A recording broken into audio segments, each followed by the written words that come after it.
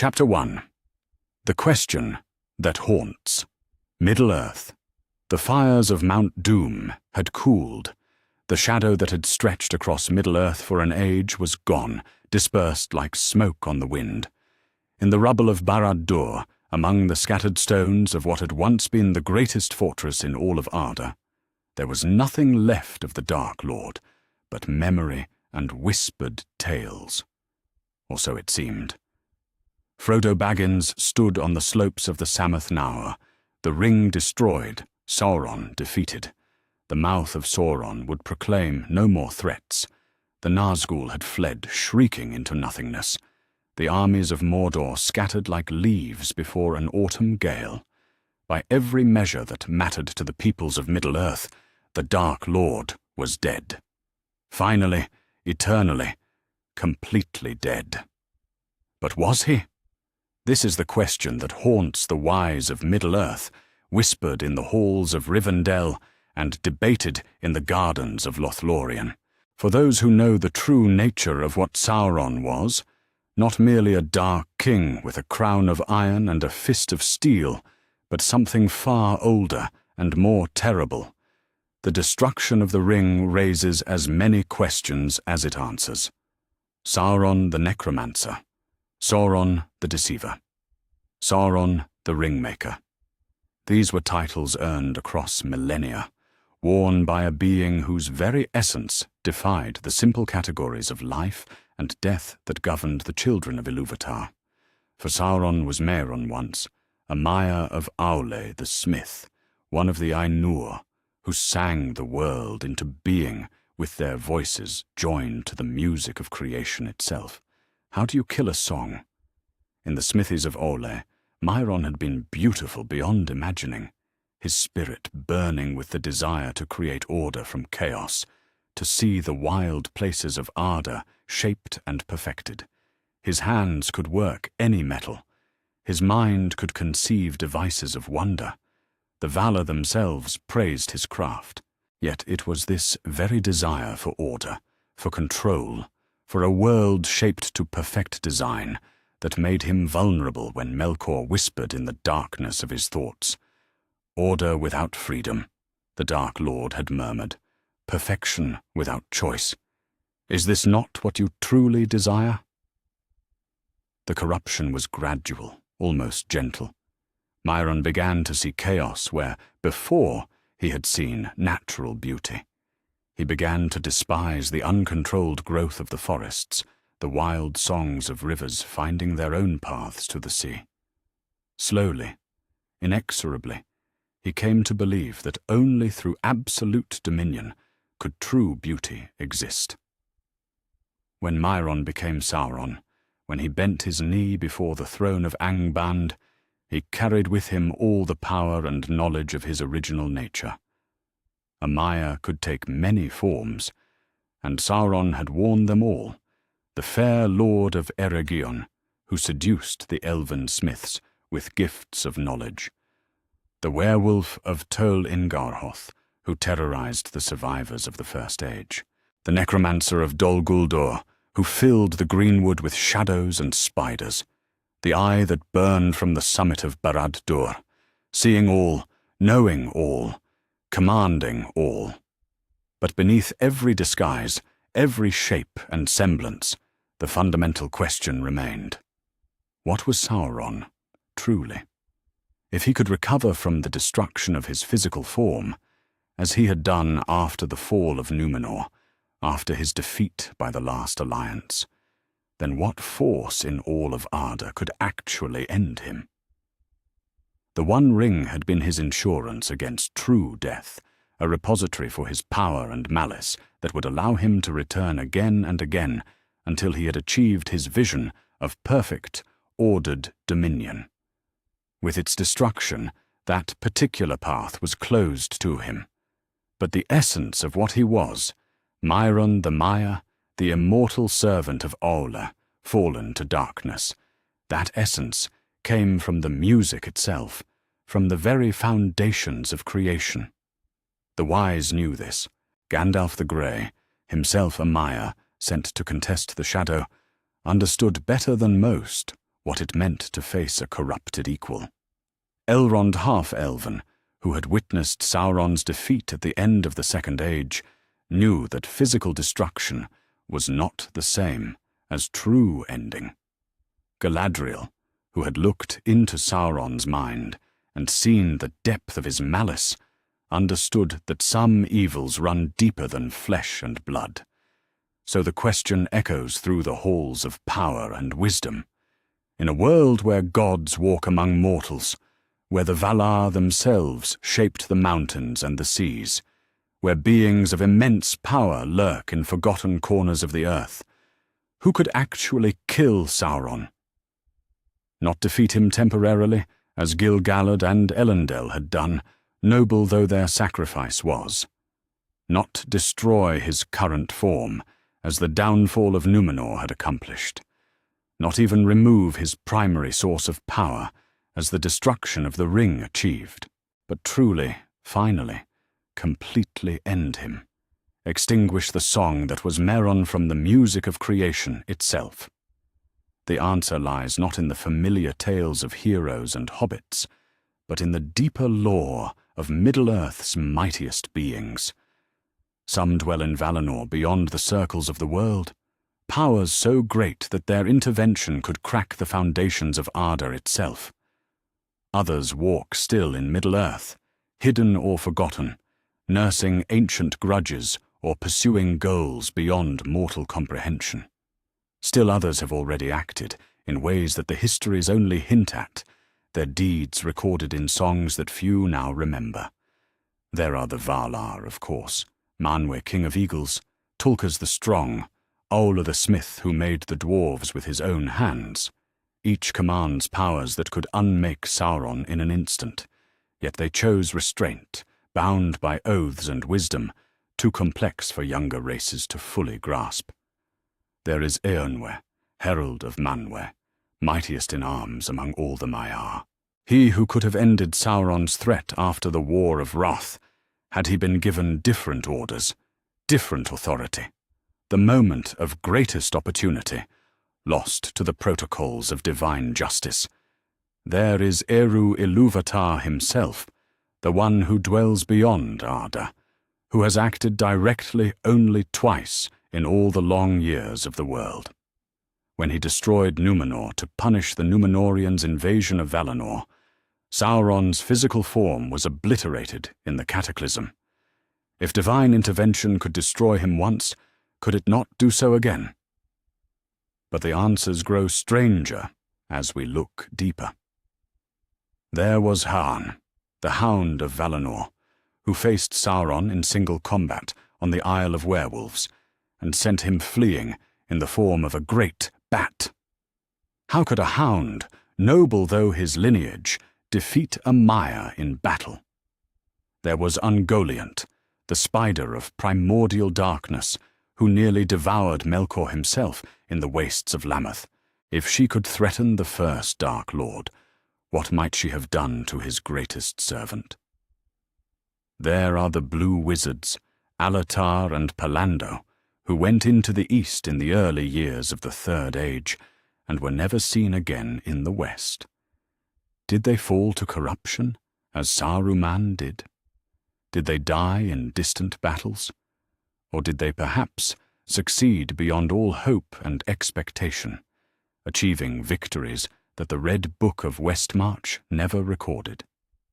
The question haunts Middle-earth because it goes to the heart of what power truly means in Tolkien's world. It is not simply a matter of armies and weapons, though Sauron commanded both in abundance. It is not merely a question of magical ability, though few could match the ringmaker's craft.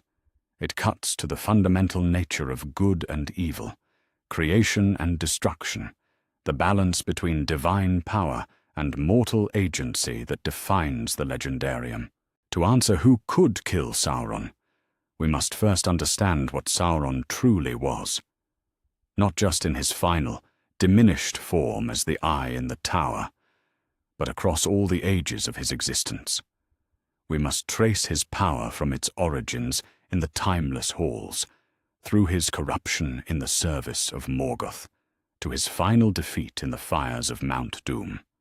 Only then can we judge which beings possessed not just the strength to match him, but the specific nature of power required to end him completely. The tales that follow will take us to the highest peaks of creation and the deepest abysses of corruption. We will walk with gods and monsters, examine powers that shaped the world itself, and consider possibilities that the histories only whisper about. For in Middle-earth, the line between the possible and the actual is far thinner than it appears, and the greatest battles are often fought not with swords and shields, but with the fundamental forces of creation itself. The question that haunts Middle-earth is about to be answered, but the answer may disturb the peace of those who preferred to believe that some evils, once defeated, stay defeated forever. Chapter 2. The Hierarchy of Creation. To understand who could truly end Sauron, we must first climb the great ladder of being that stretches from the humblest creature to the throne of creation itself. For Middle-earth was not born from chaos, but sung into existence by voices of unimaginable power, each note and harmony carrying within it the blueprint for all that was, is, and ever would be. In the beginning, though beginning is perhaps too small a word for what transcends all time, there was Eru Ilúvatar, the One. Not a being among beings, but being itself, the source from which all other existence flows like light from the sun. In the timeless halls beyond all created things, Eru conceived of a great work, a music that would give birth to reality itself. But Eru did not sing alone. From his thought came the Ainur, beings of pure spirit fashioned from his own essence.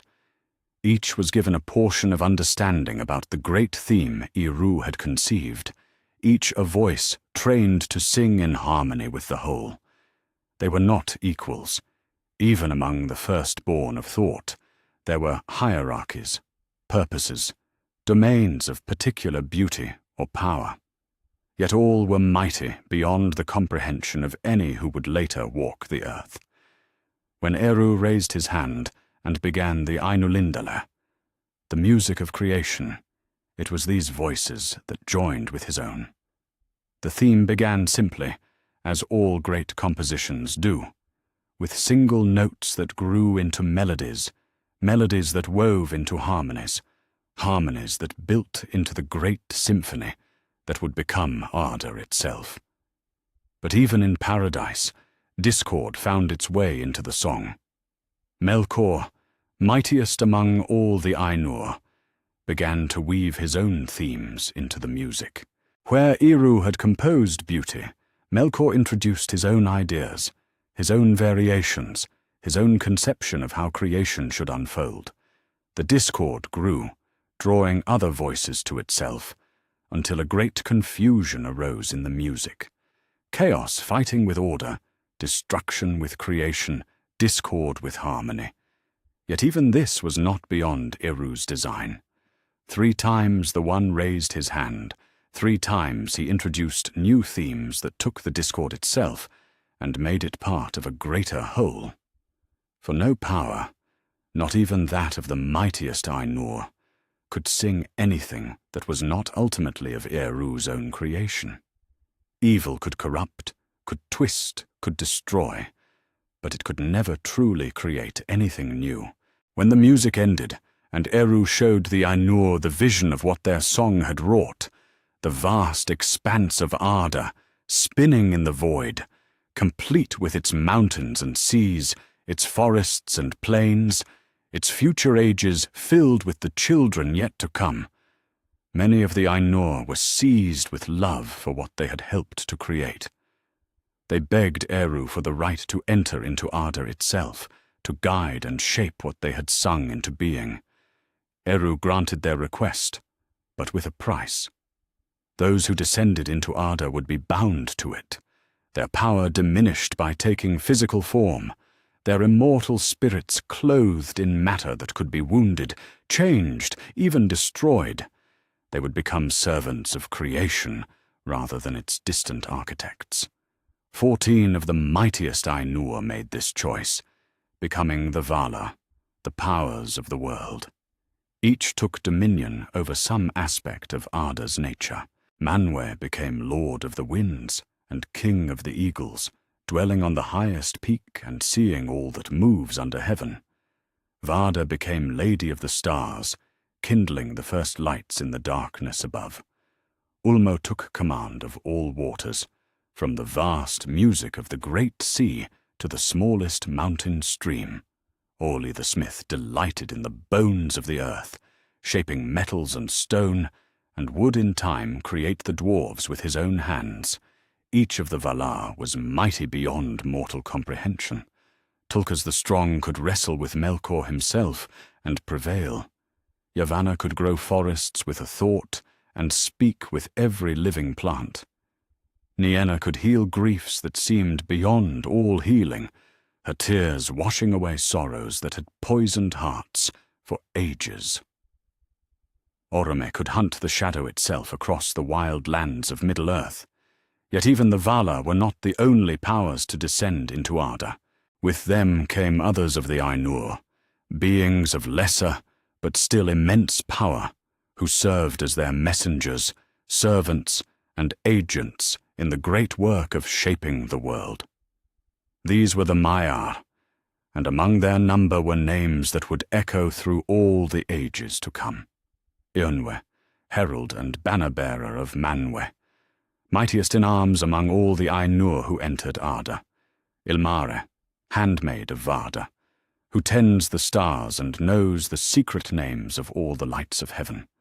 Osa, vassal of Ulmo, who delights in storms and the crashing of waves against stone. Melian, who would one day leave the gardens of Lorien to love an elf king and guard his realm with her power. And Myron, servant of Ole, whose love of order and craftsmanship would one day be twisted into something dark beyond imagining.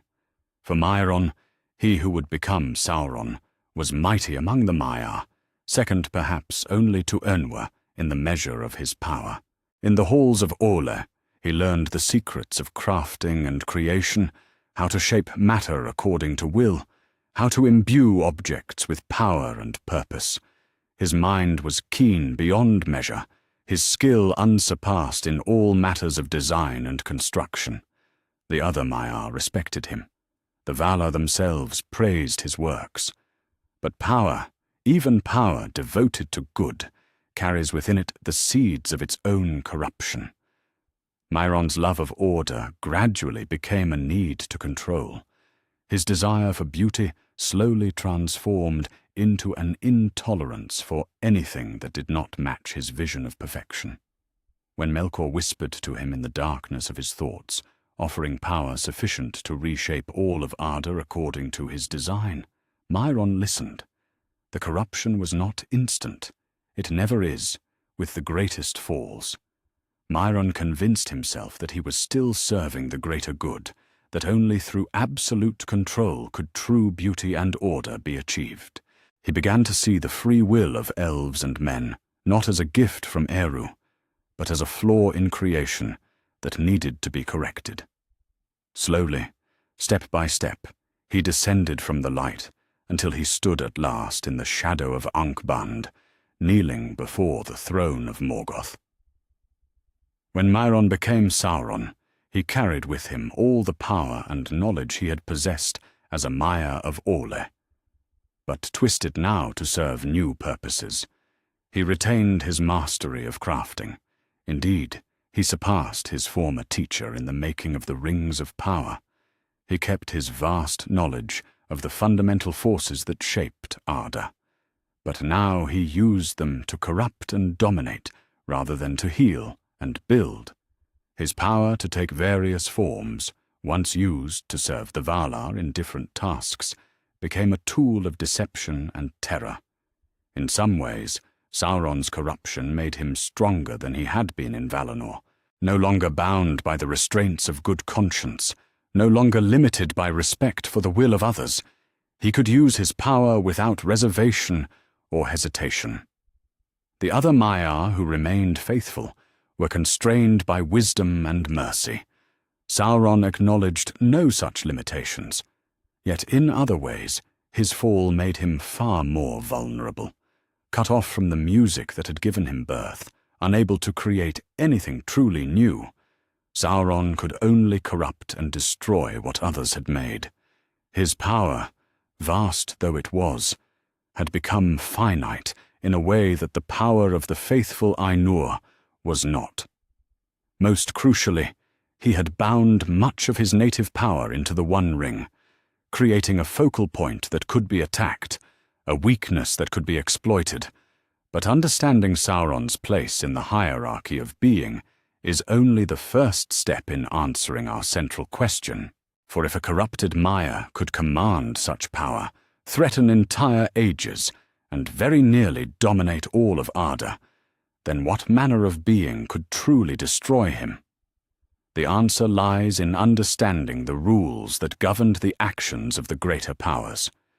For the Valar, mighty though they were, had bound themselves with oaths and limitations that Sauron did not share. After the War of Wrath, when their direct intervention had broken Beleriand and changed the very shape of the earth, they had largely withdrawn from active involvement in the affairs of Middle-earth. This was not weakness, but wisdom, and a kind of spiritual discipline that Sauron would never understand. The Valar had learned that overwhelming power, even power used for good, could cause as much harm as it prevented. The cure could be worse than the disease. Direct intervention by beings of their magnitude risked breaking the very world they sought to protect. So they chose a different path. Instead of sending armies of Maiar to crush Sauron by force, they sent 5 of their order in the forms of old men, limited in their power, forbidden to reveal their true nature or to rule through fear. The Astari, the wizards, were to guide and counsel, not to dominate. They were to kindle hope and courage in the hearts of elves and men, not to fight their battles for them.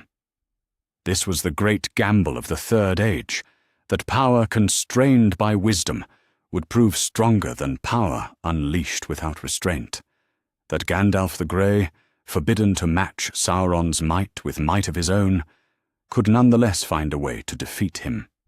That the free peoples of Middle-earth, guided but not commanded, could choose to resist the shadow of their own will. It was a gamble that very nearly failed, and it raises the most disturbing question of all. What if the Valar had chosen differently?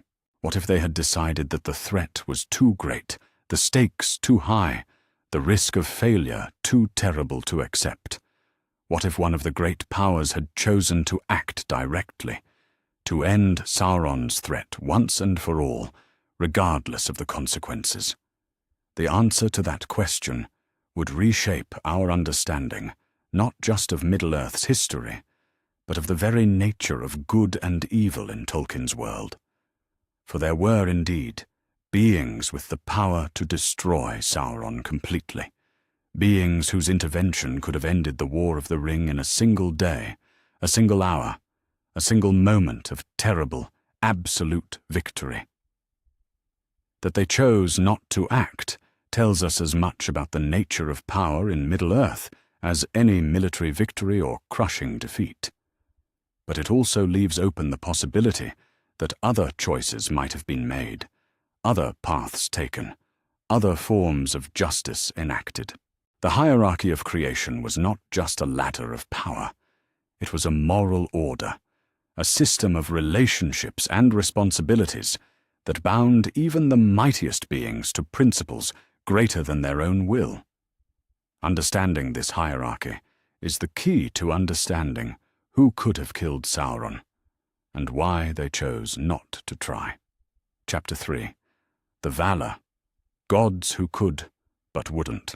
If you stand on the shores of Middle-earth and look westward across the sundering seas, beyond the curve of the world itself, you might glimpse the light of Valinor. the blessed realm where the gods themselves have made their dwelling. There, in halls that surpass the greatest works of elves or men, dwell the 14 Valar, the powers of the world, each one possessed of might sufficient to remake Arda according to their will. Each one capable of ending Sauron with a thought. Manwe Sulimo sits upon his throne at the peak of Tanicatil, highest of all the mountains of the world. From his halls of air and wind he sees all that moves beneath the sky, every bird that flies, every breeze that stirs the leaves, every storm that gathers in the far corners of the earth. His voice is the sound of trumpets and the rush of great wings. When he speaks, his words carry to the ends of creation. Could Manwe have destroyed Sauron? The question seems almost absurd in its simplicity.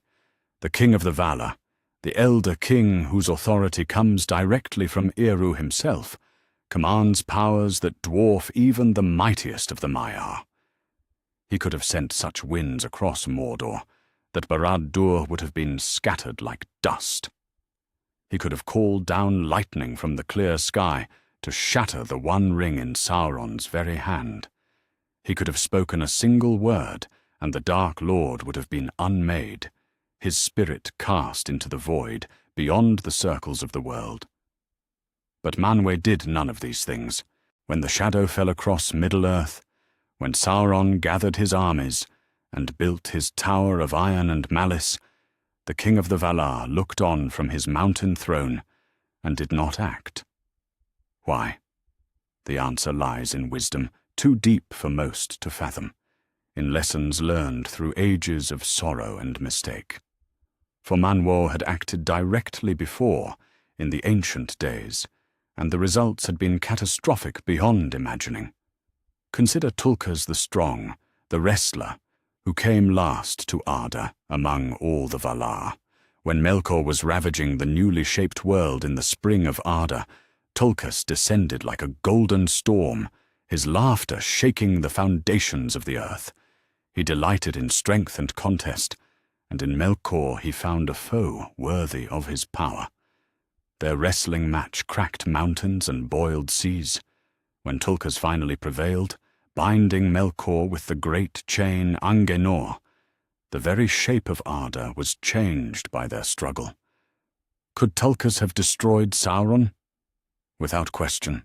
The wrestler who had overcome Morgoth himself would have found the Dark Lord's servant but poor sport. Tulkas could have crushed Barad-dûr with his bare hands, broken the one ring across his knee, and scattered Sauron's spirit to the winds like autumn leaves. The armies of Mordor would have fled at his approach. The Nazgûl would have been as shadows before the noon sun of his power. But Tulkas, like all the Valar, was bound by the memory of what direct intervention had cost. When they had made war upon Morgoth in his stronghold of Angband, when they had finally resolved to act without restraint, the very land had been broken by their conflict. Beleriand, fairest of all the regions of Middle-earth, had been swallowed by the waves. Kingdoms that had stood for thousands of years were destroyed in a single day. The power of the Valar, unleashed without limit, had saved Middle-earth by nearly destroying it. Then there was Ulmo, Lord of Waters, whose domain encompassed all the seas and rivers of the world. From his halls beneath the waves, he watched the rise of Sauron with growing concern.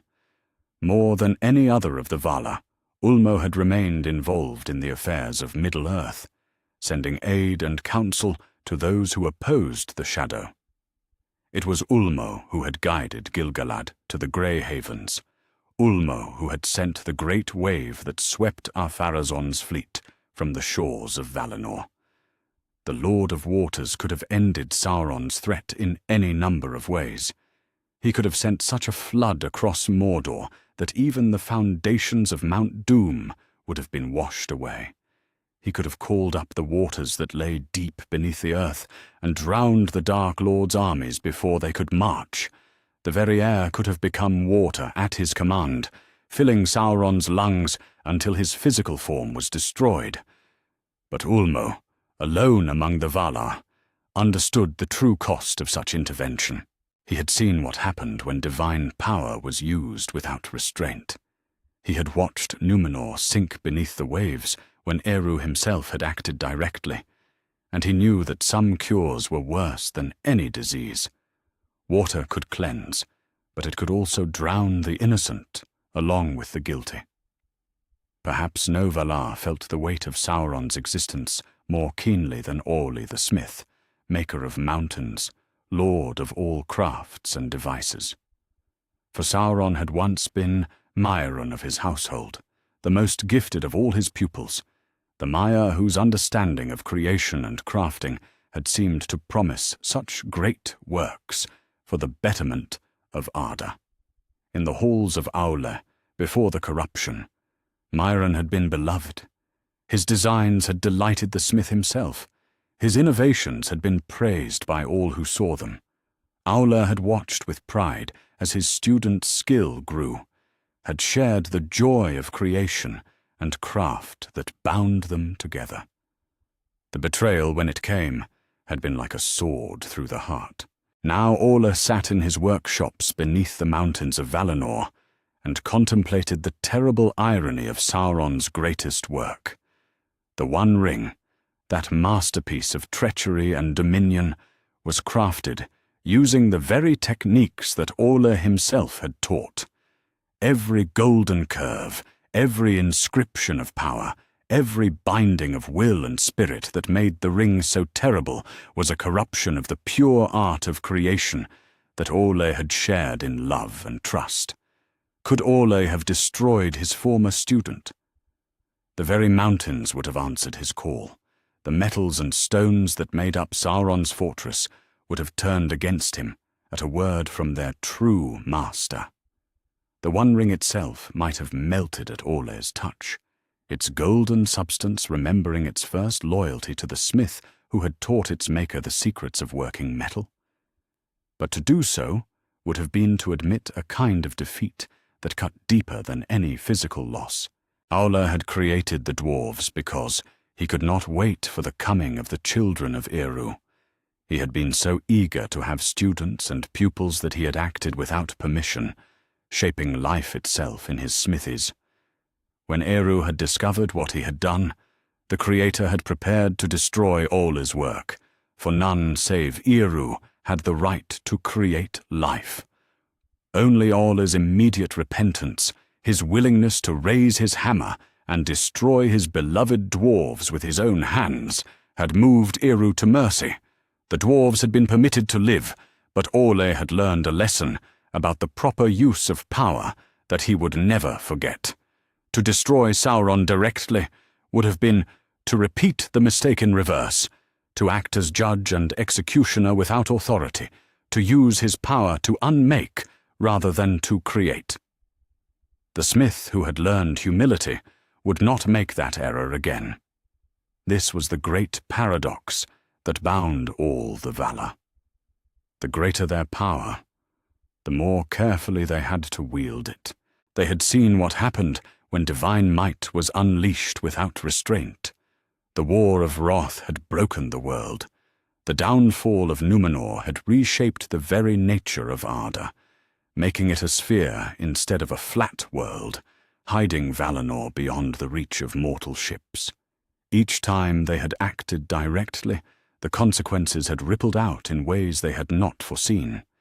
Saving Middle-earth from one evil had often created the conditions for new evils to arise. The very attempt to preserve what they loved had sometimes destroyed it more effectively than any enemy could have done. So when Sauron rose again in the Third Age, when his shadow fell across the world and free peoples everywhere looked westward for salvation, the Valar chose a different path. Instead of acting directly, they would act through others. Instead of crushing Sauron with divine might, they would kindle hope in the hearts of those who opposed him. They sent the Astari, 5 Maiar clothed in the forms of old men. their power deliberately limited, their true nature hidden. Gandalf, Saruman, Radagast, and the two blue wizards who went into the East were to be guides and counselors, not generals or kings. They were forbidden to match Sauron's power with power of their own, forbidden to rule through fear, even in service of good. It was a strategy born of hard-won wisdom and bitter experience.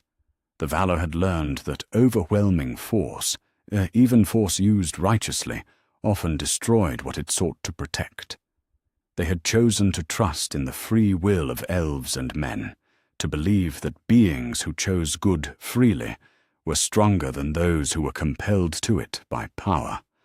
But what if they had chosen differently?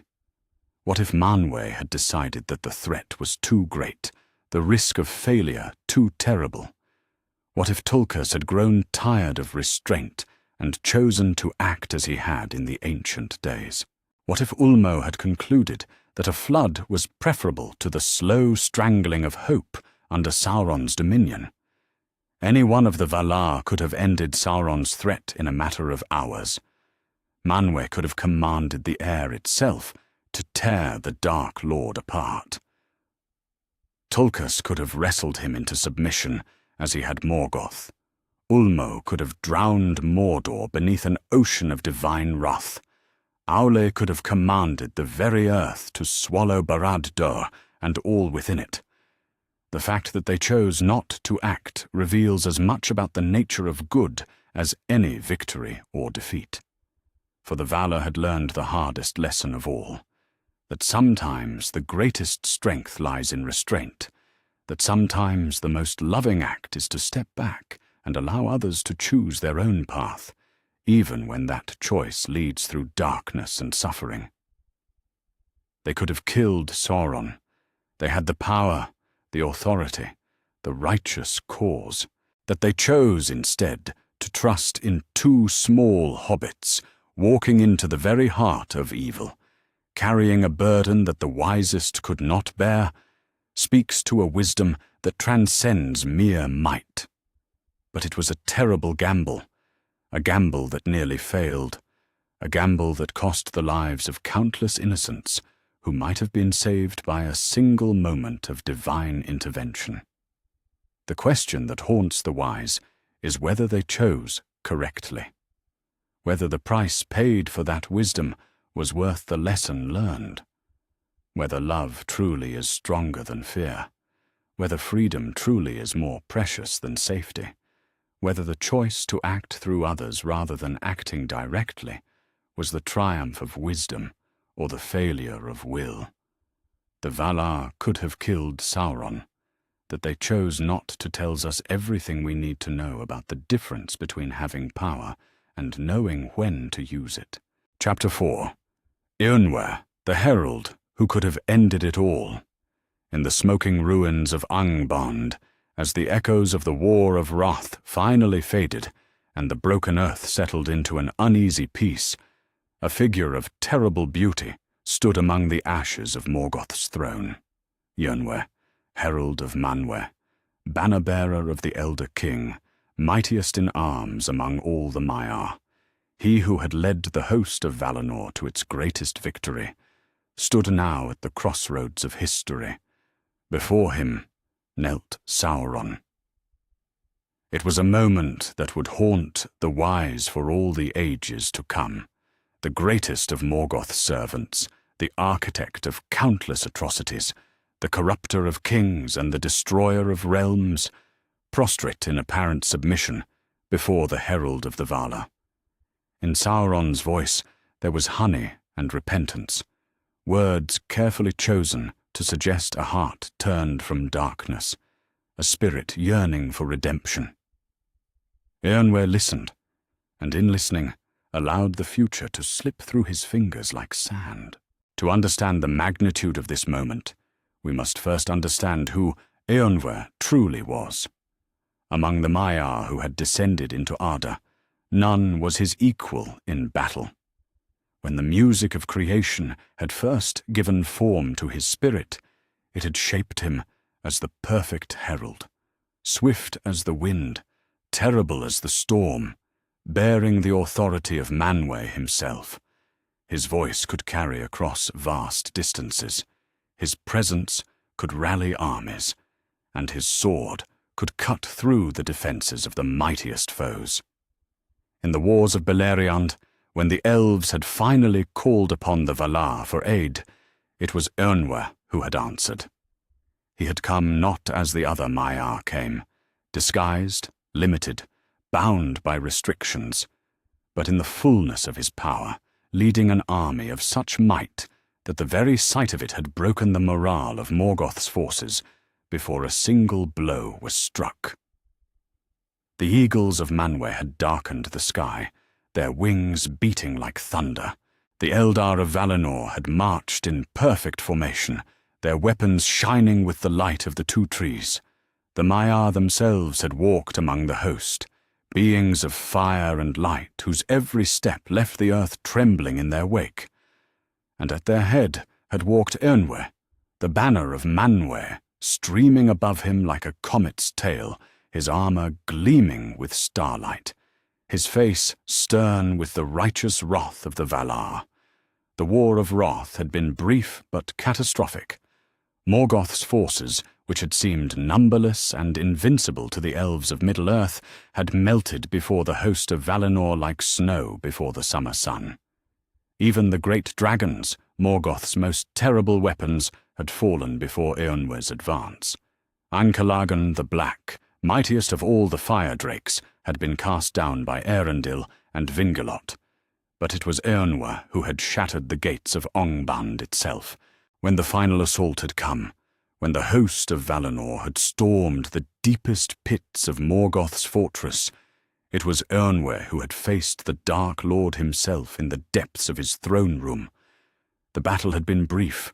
For all his malice and cunning, Morgoth was no match for the Herald of Manwë in direct combat. The iron crown had been struck from the Dark Lord's head, his feet cut from beneath him, his form bound with the chain Angainor that Ole had wrought for this very purpose.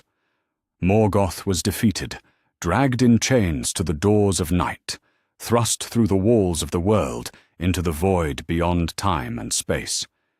The Silmarils were recovered from his crown, their light finally free after centuries of imprisonment.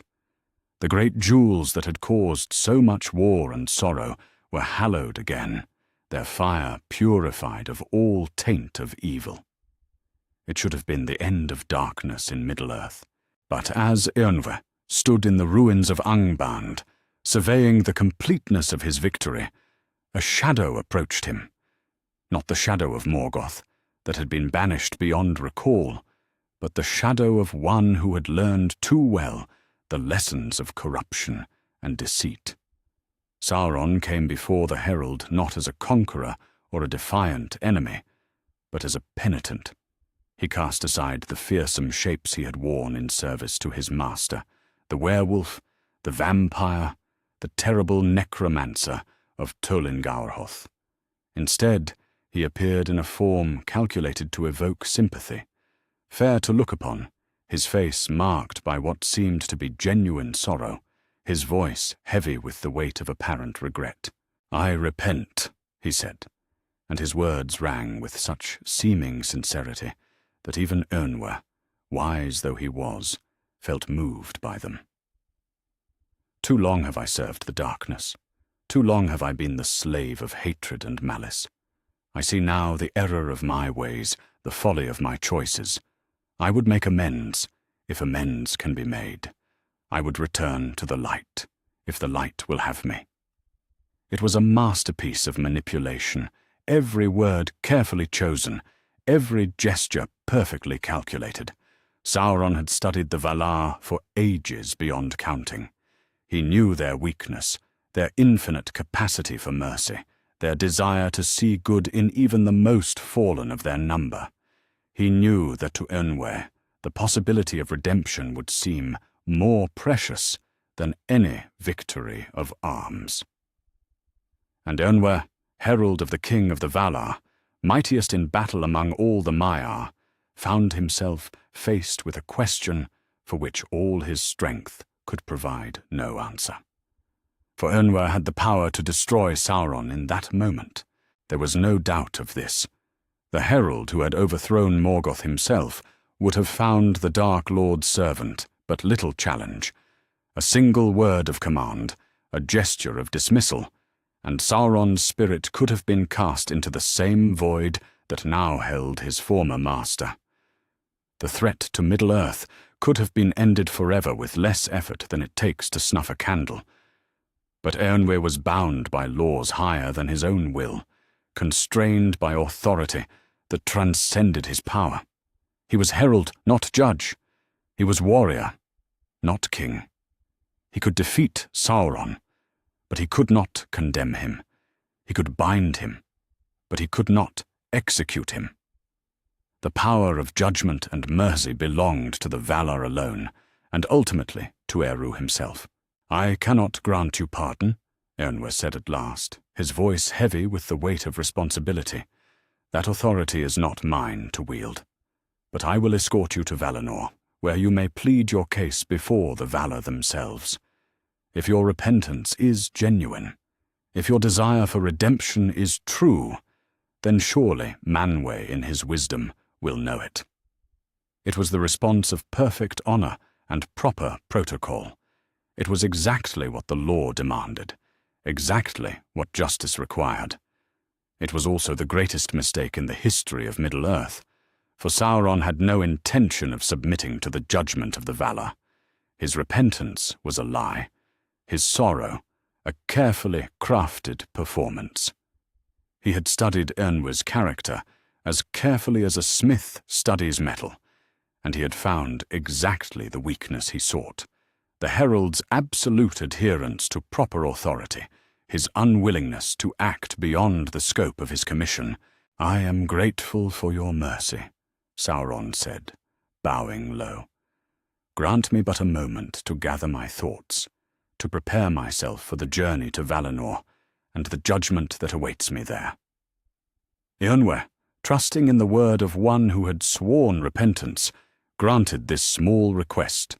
He turned his attention to other matters: the disposition of Morgoth's remaining forces, the securing of Angband's treasures, the restoration of order to the devastated lands. For just a moment, his vigilance relaxed. That moment was all Sauron needed. When Eönwë turned back to where the penitent Maia had knelt, there was nothing but empty air and the lingering scent of sulphur. Sauron had fled, not in his fair form, but as a shadow, a whisper of malice that slipped away faster than thought itself. By the time Eönwë realized what had happened, the escaped prisoner was already beyond pursuit, hidden in the wild places of Middle-earth, where even the eyes of the herald could not penetrate. The greatest opportunity in the history of Arda had been lost through an excess of honor. In the ages that followed, as Sauron rebuilt his power and renewed his assault on the free peoples of Middle-earth, the wise would look back on that moment with something approaching despair. If only Eönwë had acted differently. If only he had struck down the false penitent when he had the chance. If only the demands of justice had been weighed against the requirements of mercy and found wanting. But perhaps that view is too simple, too easy in its certainty. For if Eönwë had exceeded his authority, if he had appointed himself judge and executioner without permission from his superiors, would that not have been a kind of corruption in itself? Would not the herald who acted beyond his commission have become, in some small way, like the enemy he destroyed? The truth is that Eönwë possessed both the power and the opportunity to end Sauron's threat forever. In terms of pure capability, there was no contest between them. Sauron was mighty among the Maiar, but Eönwë was mightier still. The herald who bore the authority of Manwë, who had overthrown Morgoth himself, who commanded powers that could shake the foundations of Arda. He could have unmade Sauron with a thought.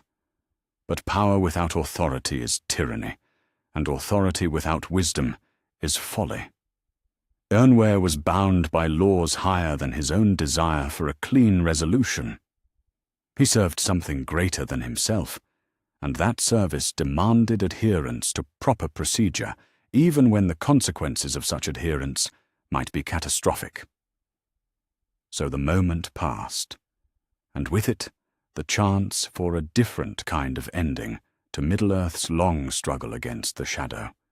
Instead of a clean victory achieved through overwhelming force, the path ahead would lead through ages of patient resistance, small acts of courage, and ultimately the sacrifice of 2 small hobbits on the slopes of Mount Doom. Was it worth it? Was the preservation of proper authority worth the price that would be paid in the centuries to come? Was Éowyn's honor worth the lives that would be lost because Sauron lived to fight another day? These are questions that have no easy answers, but they reveal something profound about the nature of good and evil in Tolkien's world. That sometimes the greatest strength lies not in the power to destroy, but in the wisdom to know when destruction is not the answer. That sometimes the hardest choice is to let others make their own choices, even when those choices lead through darkness and suffering toward an uncertain dawn. Eärnwë could have killed Sauron. In that crucial moment after the War of Wrath, he held the power of life and death over the greatest enemy of Middle-earth's future. That he chose restraint over action, protocol over expedience, reveals as much about the nature of heroism as any sword stroke or spell of power. Whether it was the right choice is a question that each reader must answer for themselves. Chapter 5. Eru Ilúvatar. The one who actually did. In all the long history of Middle-earth, only once has the One himself reached down from the heights of creation to unmake what seemed unmakeable. Only once has Eru Ilúvatar broken his own established order, shattered the very shape of the world, and acted with such direct and terrible power that the consequences still echo through the ages. And in that single moment of divine intervention, Sauron died. Not the mere dissolution of a physical form that he could rebuild at will. Not the temporary defeat that had sent him fleeing from Eärnwë's justice.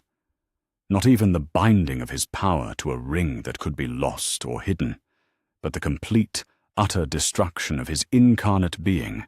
Every fiber of his assumed flesh burned away in a cataclysm so absolute that it reshaped Arda itself. Yet even this was not enough.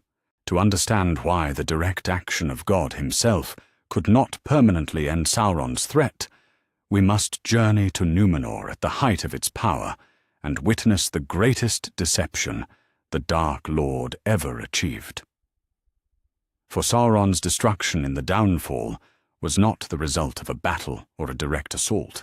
It was the unintended consequence of his own supreme moment of triumph.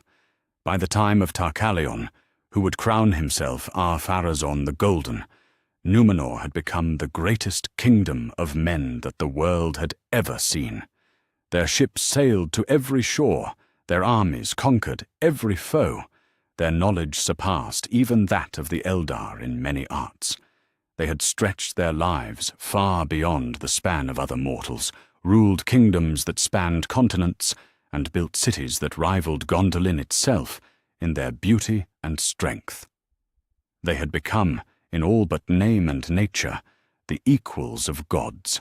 And it was precisely this pride, this conviction of their own divine status, that Sauron exploited with a skill that surpassed all his previous deceptions. When Ar-Pharazôn's great fleet appeared off the coasts of Middle-earth, when the king of Númenor came in person to challenge the Dark Lord's dominion, Sauron didn't resist. Instead, he surrendered. It was a masterstroke of manipulation that made even his deception of Eärnwë seem crude by comparison. Rather than fighting a war, He could not hope to win against the overwhelming might of Númenor. Sauron allowed himself to be taken captive, transported in chains aboard the golden ships, brought as a trophy to Armenelos the Golden, where all could see the defeat of the Shadow. But the chains that bound him were nothing compared to the invisible bonds he began to weave around the hearts and minds of the Númenóreans themselves. In the dungeons of Armenelos, Sauron the Abhorred gradually transformed himself into Sauron the Counselor. With words honey-sweet and logic seemingly flawless, he began to speak to those who guarded him of the injustices they suffered, the limitations placed upon them by powers that feared their growing might. "Why should you," he whispered, "the greatest of all the children of Eru, be forbidden the Grey Havens? Why should you, who have mastered every art of war and peace, be denied the right to sail west to the undying lands? Are you not the equals of the Eldar? Are you not worthy of immortality itself?" The poison spread slowly, carefully, moving from guard to courtier to counselor to the king himself. Sauron spoke of the lie of death, the falsehood of mortality, the deception practiced by the Valar to keep the true heirs of Arda from claiming their rightful inheritance. He taught them new arts, new sciences, new ways of extending their already long lives. He showed them how to master fire and forge weapons of power, and gradually, inevitably, he turned their hearts against the Valar themselves. The transformation of Ar-Pharazôn was perhaps Sauron's greatest single achievement. The king who had once honored the Valar and maintained the ancient friendship between Númenor and the Eldar became the leader of a rebellion against the very foundations of creation. Under Sauron's guidance, he raised armies vast beyond imagining. He built ships that could sail on any sea. He forged weapons of such power that they could challenge even divine authority. Most terribly of all, he convinced himself that he could conquer death itself. The great temple of Eru that had stood at the heart of Armenelos was cast down, its stones scattered, its holy fires extinguished. In its place rose a new temple, a temple to Melkor the Liberator, Morgoth, who had been unjustly imprisoned by the jealous Valar, the true king of Arda, who would return to reward his faithful servants.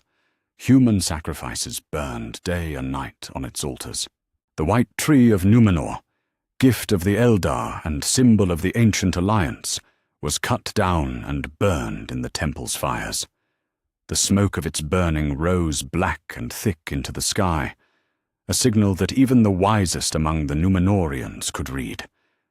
The ancient order was dead, and a new age of power without limit was about to begin.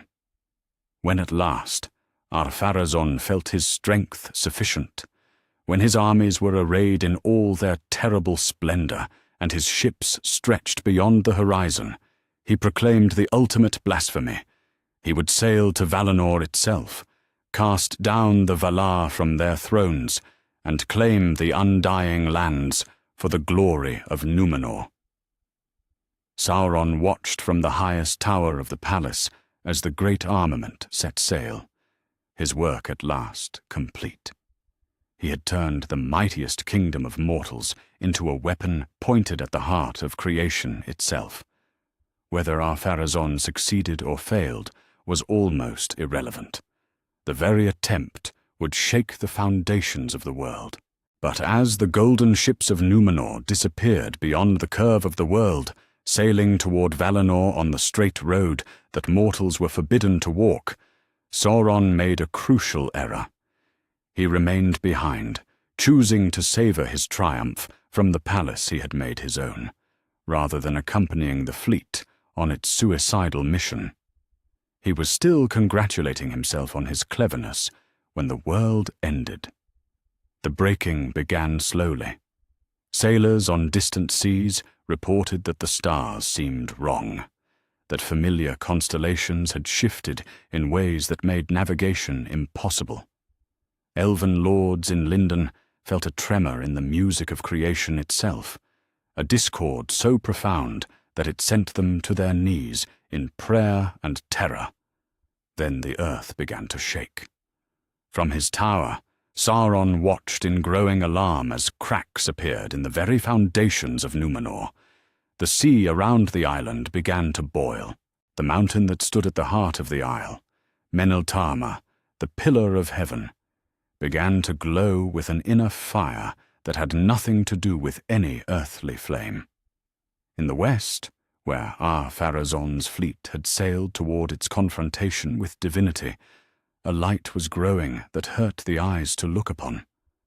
Not the gentle radiance of Valinor, but something harsher, more terrible, the light of judgment itself. For Eru Ilúvatar had risen from his throne, the one who dwells beyond the circles of the world, who had sung creation into being with his voice, and whose thought had given birth to the Ainur themselves, had at last decided to act directly. The invasion of Valinor, the ultimate blasphemy of mortals claiming equality with their creator, could not be permitted to stand. But Eru's intervention was not a battle in any sense that mortals could understand. There was no clash of armies, no duel between divine powers. There was simply a moment of absolute will, expressing itself through the fundamental forces of creation. Arda was remade. The straight road that had allowed the ships of Númenor to reach Valinor was broken. The flat world was made round. Valinor and the undying lands were removed from the physical realm entirely, placed beyond reach of any ship or any power save that of Eru himself. And Númenor, the land that had harbored rebellion against the Creator, was swallowed by the sea. The destruction was instantaneous and absolute. The island that had been the greatest work of mortal hands simply vanished beneath waves that rose higher than mountains. Every city, every palace, every temple, all gone in moments. The millions who had remained on the island, who had chosen corruption over faithfulness, died without even time to scream, including Sauron, the Dark Lord, secure in his tower, gloating over his greatest triumph, was caught completely unprepared for the divine wrath that swept over Númenor. For the first and only time in his long existence, he faced a power that he could neither resist nor escape. The form he had worn, the body he had crafted to seduce the Númenorians with its fair appearance, was not merely destroyed, but utterly annihilated. Every particle of matter that composed his incarnate being was scattered to the wind. Every bond that held his assumed flesh together was severed. The spiritual energy he had invested in maintaining physical form was dispersed like mist before the morning sun. Sauron died as completely as it was possible for any created being to die. And yet, and this is the crucial point that separates even divine justice from absolute victory, his spirit endured. For Sauron was Mairon still, one of the Ainur, a being whose fundamental existence derived from the music of creation itself. His body could be destroyed, his power could be diminished, his works could be thrown down, but the core of what he was, the essential song that Eru's thought had given birth to in the timeless halls, could not be unmade by any power save Eru's alone. And Eru, for reasons known only to himself, chose not to unmake it. Perhaps it was mercy, a refusal to destroy even the most corrupted of his children. Perhaps it was justice, allowing Sauron to continue existing so that he might eventually find redemption. Perhaps it was simply part of a greater design, a recognition that even evil serves some purpose in the vast symphony of creation. Whatever the reason, Sauron's spirit survived the downfall, naked and powerless, but still possessed of will and malice. In the years that followed, that spirit would slowly gather strength again, learning to take physical form once more, eventually returning to Middle-earth to begin anew the work of domination and control. But the Sauron who returned was diminished in ways that few understood. The fair form that had seduced the Númenóreans was lost forever. Never again could he appear as anything but the terrible Dark Lord, clothed in shadow and wreathed in flame. Much of his native power had been expended in the catastrophe, leaving him dependent on the One Ring in ways that his former self had never been. Most importantly, the downfall had taught him a crucial lesson about the limits of even his supreme cunning. He had pushed too far, reached too high, attempted a deception so vast and blasphemous that it had awakened the direct attention of Eru himself. Never again would he risk such exposure. Never again would he act in ways that might provoke direct divine intervention. In a sense, Eru's action had been both completely successful and utterly insufficient. The immediate threat had been ended. Ar-Pharazôn's fleet was destroyed.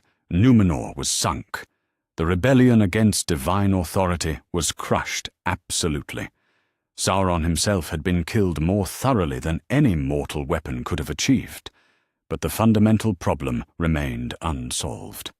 Evil still existed in the world. The corruption that Sauron represented had not been eradicated. It had merely been forced to begin again from a position of weakness rather than strength. This was the terrible paradox of divine intervention in Middle-earth. Even the unlimited power of Eru himself could not solve the problem of evil without destroying the very thing that made good meaningful: the freedom to choose. To unmake Sauron completely would have required unmaking the freedom of choice that was the foundation of all moral life in Arda. So the one who could do anything chose to do less than everything, leaving room for Sauron to return, for evil to renew its assault on good, for the great struggle to continue. It was a choice that would cost countless lives in the ages to come, a decision that would lead eventually to the War of the Ring and the near triumph of the Shadow. Was it the right choice? That is a question that pierces to the very heart of what Tolkien believed about the nature of good and evil, freedom and tyranny, divine power and mortal responsibility. The answer lies not in the power to destroy, but in the wisdom to know when destruction itself would be a kind of evil. Eru Ilúvatar could kill Sauron, and did. But even God himself could not kill the possibility of evil without destroying the possibility of good along with it. That paradox lies at the heart of every answer to the question that haunts Middle-earth. The one who could have ended everything chose instead to let the story continue. Chapter 6. The Alliance That Proved It Possible. On the slopes of Mount Doom, under a sky black with ash and flame, two figures stood against the darkness that had swallowed the world. Behind them lay the broken remnants of the greatest army Middle-earth had ever seen. Before them loomed Sauron himself, no longer hiding behind the walls of Barad-dûr, no longer content to let his servants fight while he watched from afar. Gil-galad, High King of the Eldar, bearer of the ring Vilya, last of the great elf lords of the Elder Days, Elendil the Tall, Lord of the Dúnedain, heir to the glory of Númenor, wielder of the sword Narsil, two mortals, or near mortals, who dared to do what the valor themselves had deemed too dangerous to attempt. They were going to kill Sauron, not defeat him as Huan had done in the distant First Age, not bind him for judgment as Eönwë might have done after the War of Wrath, not destroy his physical form through cosmic catastrophe as Eru had done in the downfall of Númenor, but face him in direct combat, power against power, will against will, and end his threat through the simple, terrible expedient of superior force applied with perfect courage. It should have been impossible. By every measure of strength and wisdom known to Middle-earth, two beings of flesh and blood, however noble, however mighty, should not have been able to stand against one of the Maiar. Yet there they stood, and in standing, they proved that the gods had perhaps been too cautious, too concerned with the consequences of action to see the necessity of it. The last alliance had been 7 years in the making, 7 years of siege and sorrow that had tested the resolve of every free people in Middle-earth. But its true beginning lay decades earlier, in the ashes of Numenor and the terror that followed Sauron's return. When the Dark Lord had emerged from the wreckage of his greatest deception, when he had rebuilt his strength in the fastnesses of Mordor, and begun forging the armies that would make him master of all lands, it had been Gil-galad who first understood the scope of the threat. The High King had lived through the War of Wrath. He had seen what the direct intervention of the Valar could accomplish, and what it could cost. He knew that no help would come from the west.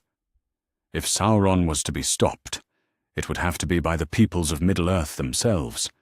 The alliance that Gil-galad forged was born of desperation and hope in equal measure. Elrond half-elven brought the wisdom of Rivendell and the loyalty of the Noldor who remained in Middle-earth. Thranduil led the warriors of the woodland realm, their hearts burning with hatred for the shadow that had corrupted their ancient home. The dwarves of Khazad-dûm marched out in their strength, remembering old friendships and older grievances against the servants of darkness. But perhaps most crucially, Gil-galad won the support of Elendil and the surviving faithful of Numenor.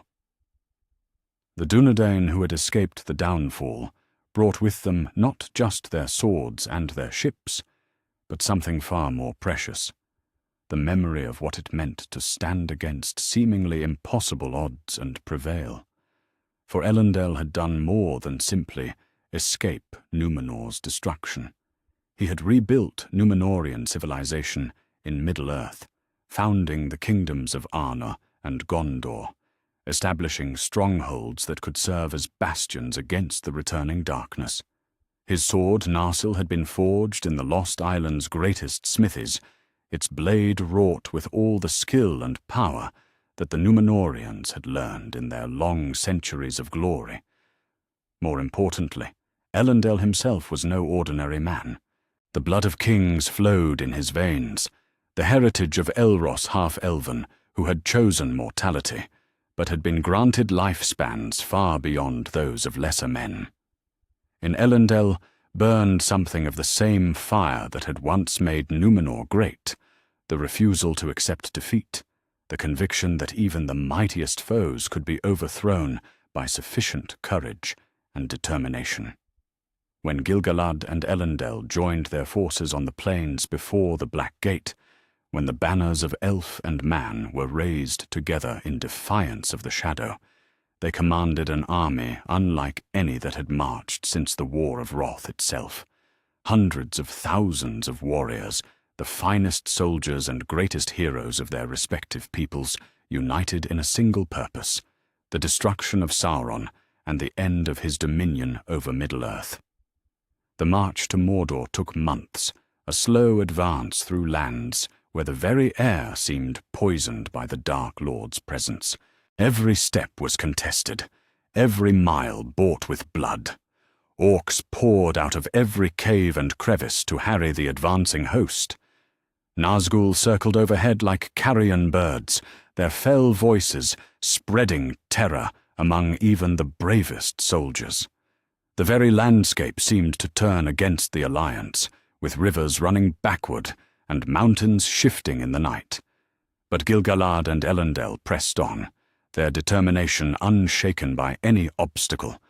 They had not come so far, and sacrificed so much to be turned back by difficulties that would have daunted lesser leaders.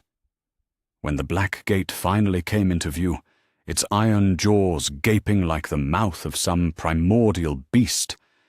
They did not hesitate. They laid siege to Barad-dûr itself. For 7 years, the greatest fortress in Middle-earth was surrounded by the armies of the last alliance. 7 years of constant battle, of assault and counter-assault, of heroism and horror, beyond the power of any chronicler to record. The very foundations of the Dark Tower shook under the attacks of Gil-galad's warriors and Elendel's siege engines.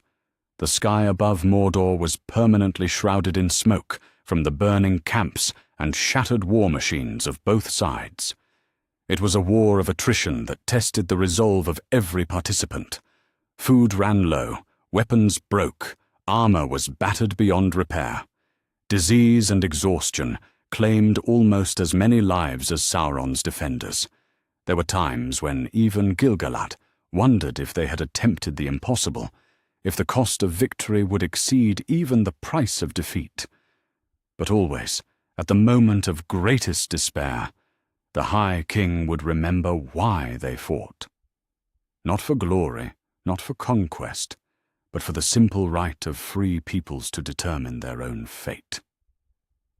Behind the walls of Barad-dûr lay the source of all the shadow that had poisoned Middle-earth for centuries. Here was the chance to end it forever, to buy peace for the generations yet to come with the sacrifice of their own. The breakthrough came not through any great strategy or mighty weapon, but through the simple courage of ordinary soldiers who refused to accept that any wall was truly unbreachable. A small group of Gil-galad's finest warriors found a crack in the tower's defenses, a weakness that siege engines and catapults had failed to exploit.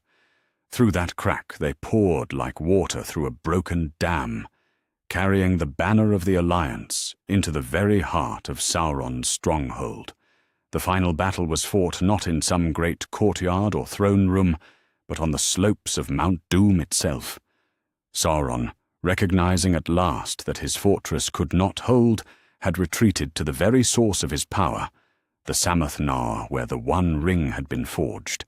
There, in the heart of the fire that had given birth to his greatest work, he would make his final stand. Gil-galad and Elendil followed him alone. It was not strategy that drove them to face the Dark Lord without their armies.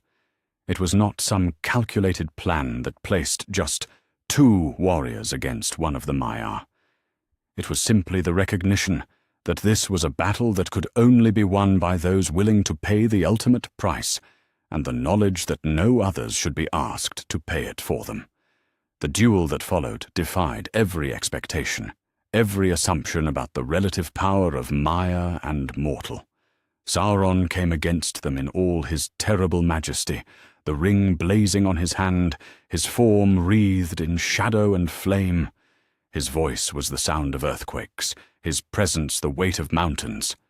When he struck, the very air seemed to crack under the force of his blows.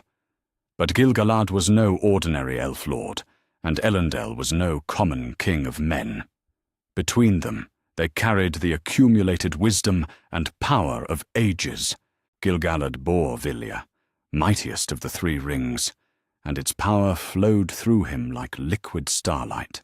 Elendil wielded Narsil, forged with all the skill of Númenor's greatest smiths, its edge keen enough to cut the bonds that held matter together.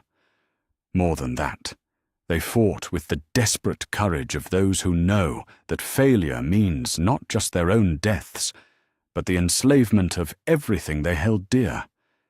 Every blow they struck was powered by love, for their peoples, for the green lands they defended, for the future they hoped to secure.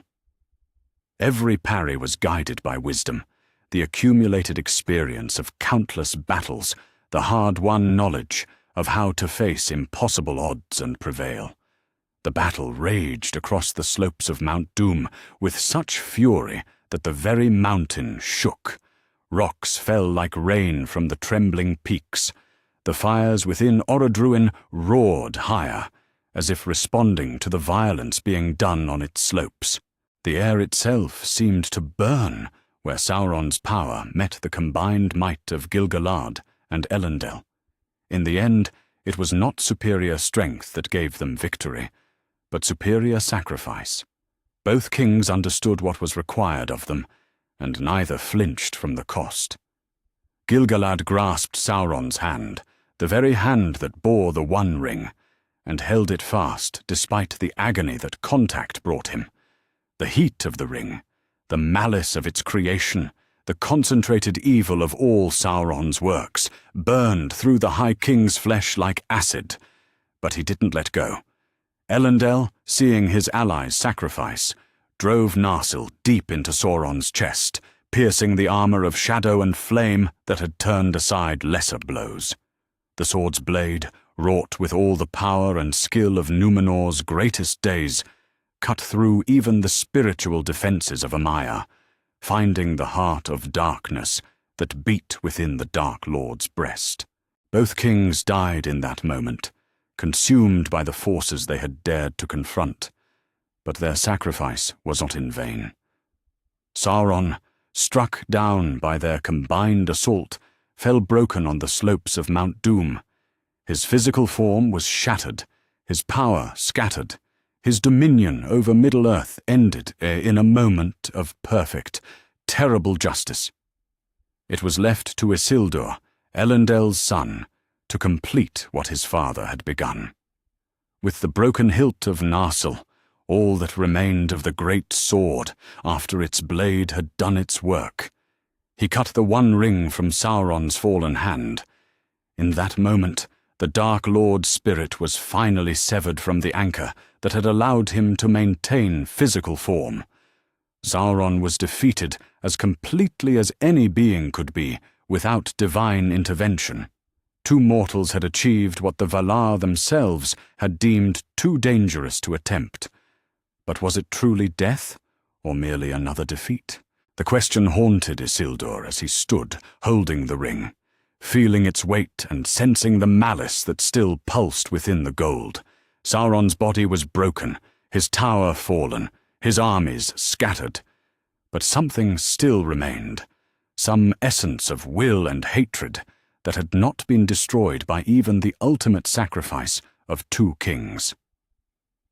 The answer came 3,000 years later, when the ring's destruction in those same fires finally laid Sauron's spirit to rest. The victory of Gil-galad and Elendil had been real, but incomplete. They had proved that gods were not the only ones capable of striking down the mighty, that mortal courage and determination could accomplish what divine power chose not to attempt. But they had also proved something darker, that even the greatest sacrifices sometimes purchase only temporary victories, that even the most heroic deeds cannot guarantee permanent peace.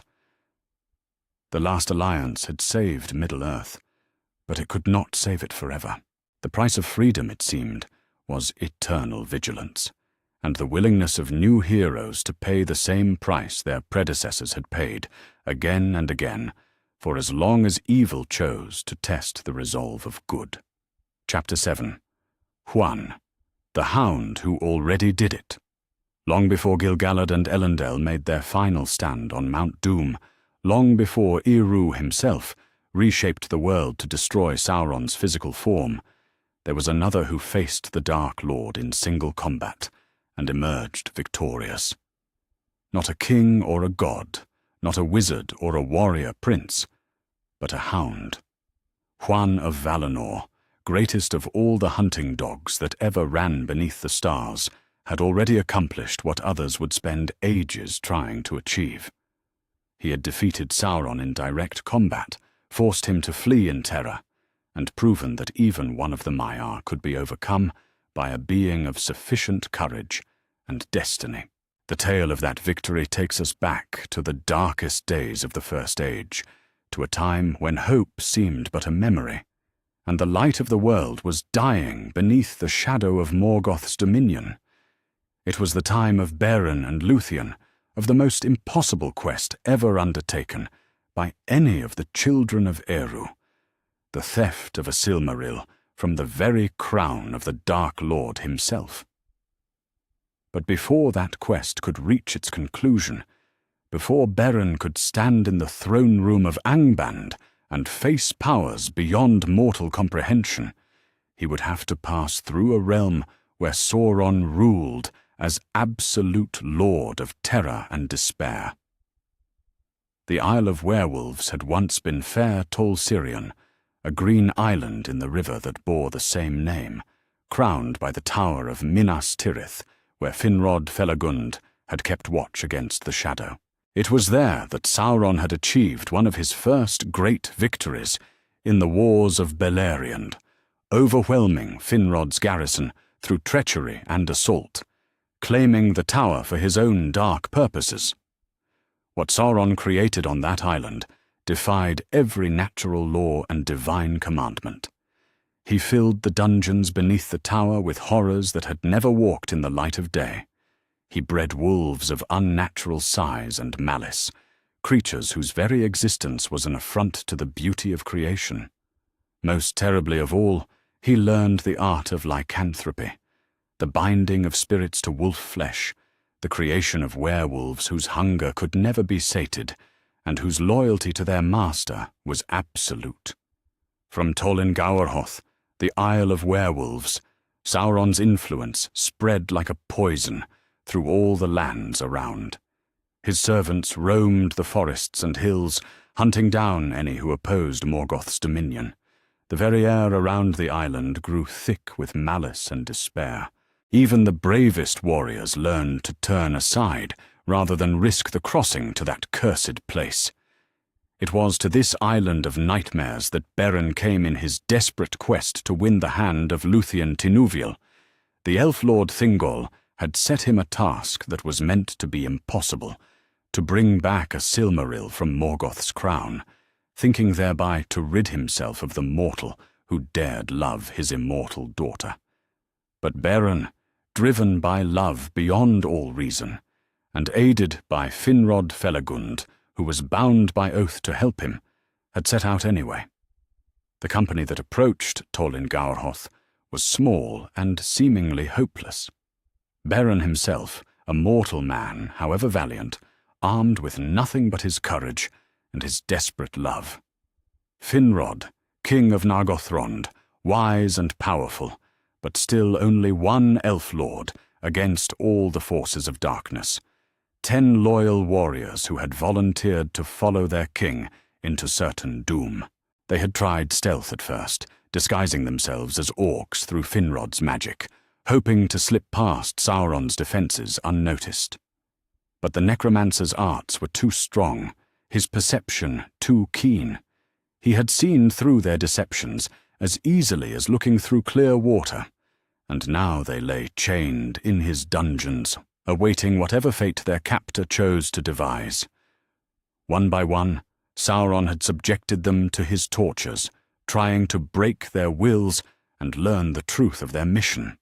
When direct pain failed to loosen their tongues, he had sent his werewolves against them, letting the great beasts tear apart Finrod's companions while their lord was forced to watch. It was cruelty refined to its purest essence, suffering inflicted not just on the body, but on the heart and soul. Finrod himself had been saved for last, the greatest prize in Sauron's collection of victims. The necromancer took special pleasure in the corruption of noble spirits, and what spirit was more noble than that of an elf lord who would sacrifice himself for the sake of a mortal's love? But as Sauron prepared for the final act of his cruel drama, as he readied the greatest and most terrible of his werewolves to make an end of Finrod Felagund, salvation came from the most unexpected quarter. Luthien herself had come to Tol Gaurhoth. The daughter of Thingol and Melian should never have been able to approach Sauron's stronghold. She was fair beyond the telling of it, a maiden of such beauty that flowers bloomed in her footsteps and birds sang at her voice. What could such a being do against the concentrated evil that Sauron had gathered around himself? But Luthien had not come alone. With her was Huan, the great hound that Orome the Hunter had given as a gift to Celegorm of the House of Feanor. And Huan was no ordinary hunting dog, however mighty. He was a being of special destiny, bound by prophecy and fate in ways that even Sauron didn't fully comprehend. The Hound of Valinor was bound by a doom that was both blessing and curse. He had been granted speech, the ability to speak with words 3 times in his life. He had been given strength and swiftness beyond that of any mortal beast. He had been blessed with loyalty so pure that no power could turn him from the path of right. But he had also been bound by a prophecy that chilled even his brave heart. He would die only by the jaws of the greatest wolf that had ever lived or ever would live.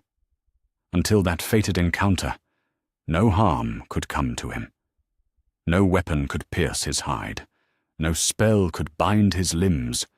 No power of darkness could turn his heart to evil.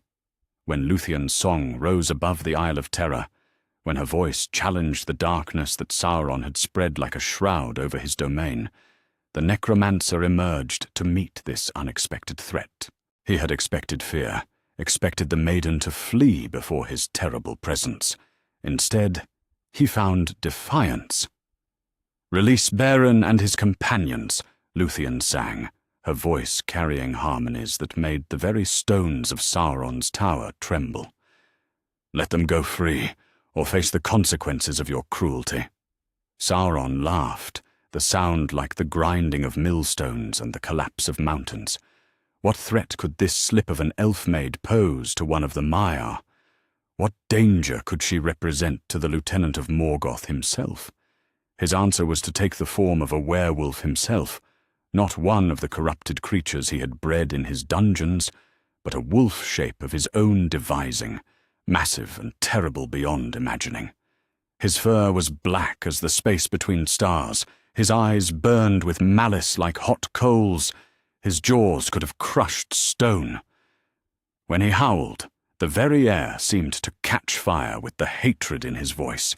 This was Sauron as few had ever seen him, not hiding behind intermediaries, not working through deception and manipulation, but revealing his true power in direct confrontation. The wolf form he had taken was no mere disguise, but an expression of his essential nature. Predator, hunter, destroyer of all that was innocent and fair. He leaped at Luthien with the speed of lightning and the force of an avalanche, intending to end her defiance in a single, terrible instant. He never reached her. Huan met Sauron's charge with a leap of his own, and the collision of the 2 mighty forms shook the foundations of the island itself. Here was wolf against hound, the necromancer against the gift of Orome, corruption against purity in its most elemental form. The battle that followed defied every expectation. Sauron was a Maiar, one of the Ainur who had sung the world into being, possessed of power that could reshape reality itself. Huan was, however mighty, still a created being, bound by the laws of flesh and blood. Yet as they grappled on the shores of Tolin Gaurhoth, as they bit and clawed and wrestled with fury beyond description, it became clear that Sauron had made a crucial error. In choosing the form of a wolf, he had bound himself to the limitations of that shape. He could not use his arts of sorcery while maintaining the wolf form. He could not call upon his powers of command and domination while his consciousness was focused on the primitive demands of fang and claw. More fatally still, he had chosen to face a being who was protected by prophecy itself. Huan could not be slain by any wolf, save the greatest that would ever live, and however mighty Sauron's wolf form might be, it was not that prophesied beast. The greatest wolf was yet to come, still waiting somewhere in the darkness of future years. The protection was absolute. Sauron's claws could not pierce Huan's hide. His jaws could not close around the hound's throat. His weight and strength, vast though they were, could not bear down the guardian of Luthien. But Huan had no such limitations. His teeth found their mark again and again, tearing through the spiritual armor that Sauron had woven around his chosen form. His paws struck with the force of hammers, driving the breath from the werewolf's lungs. His courage never wavered, never hesitated, even as he faced a being whose very presence radiated the concentrated malice of ages. The end came suddenly. Sauron, finding himself overmatched in the form he had chosen, tried to shift to another shape, perhaps the great serpent he had used before, or the vampire bat that was another of his preferred guises. But the transition left him vulnerable for a crucial instant, and in that moment Huan's jaws closed around his throat. Sauron the Necromancer, lieutenant of Morgoth, master of the Isle of Werewolves, felt for the first time in his long existence the taste of true defeat. The hound's grip was unbreakable, his strength inexorable. Death itself seemed to be looking over Huan's shoulder, waiting to claim even one of the Maiar if the struggle continued. In desperation, Sauron abandoned his physical form entirely, becoming a giant bat that twisted free of Huan's jaws and fled shrieking into the night. His escape was absolute, but so was his defeat. The tower that had been his stronghold cracked and fell. The werewolves that had been his servants fled howling into the wild. The island that had been his kingdom of terror was cleansed of his presence as thoroughly as if it had been scoured by divine fire. Beren and the surviving companions were freed. Luthien's song rang out in triumph, and Huan stood victorious over the ruins of Sauron's first great fortress, having accomplished what armies and elf lords had failed to achieve. But what did this victory mean? What did it reveal about the nature of Sauron's power and the possibility of overcoming it? Most importantly, it showed that Sauron's choice of form was not merely cosmetic, but carried real limitations. When he took the shape of a wolf, he gained the strength and ferocity of that form, but he also accepted its vulnerabilities. He could not simultaneously be a werewolf and a sorcerer, could not maintain the physical power of his chosen shape while also wielding the full range of his magical abilities. This was a weakness that more perceptive enemies might have exploited. If Sauron could be forced into a particular form, if he could be made to choose between his various capabilities, then even his vast power might be turned against itself. The victory also revealed the crucial importance of destiny and prophecy in Middle-earth's cosmic order. Huan's protection was not based on his own strength or courage, great though these were. It was based on his role in the music of creation itself, his place in the great pattern that Eru had woven into the foundations of reality. Sauron, for all his power, could not overcome that pattern. He could not break prophecy by force or circumvent fate through cunning. In trying to destroy Huan, he had set himself against the very structure of creation, and creation had proved stronger. Finally, and perhaps most significantly, the battle showed that Sauron was not invincible in direct combat. He could be overcome by a sufficiently determined opponent, defeated by someone willing to match him strength against strength, rather than trying to outmaneuver him through strategy or magic. This was a lesson that would echo through all the ages to come. From Huan's victory on Tol in Gaurhoth to Gil-galad and Elendil's sacrifice on Mount Doom, the same principle would hold true. Sauron could be beaten by those willing to face him directly, to meet his power with power of their own, to stake everything on a single moment of perfect courage. The Hound of Valinor had shown the way. He had proven that even the necromancer could be made to flee in terror, that even one of the Maiar could be defeated by a heart pure enough and a will strong enough to stand against the darkness. In all the long catalogue of those who could have killed Sauron, Huan holds a unique place. He was the first to prove it was possible. He was the one who showed that the Dark Lord's power, however vast, was not without limits. And he had already done what others would spend ages trying to achieve. He had faced Sauron in single combat and emerged victorious. Chapter 8. The Unknowns. Powers Beyond the West.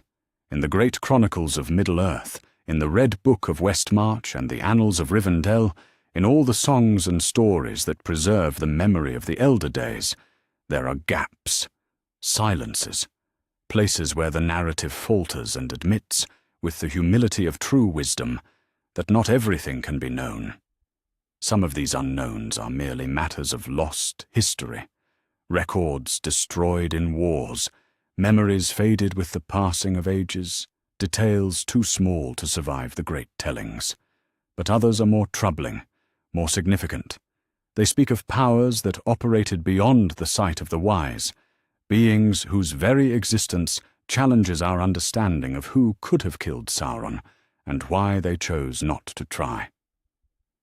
Chief among these mysteries are the Blue Wizards, Alatar and Pallando, who vanished into the east in the early years of the Third Age, and were never seen again in the west.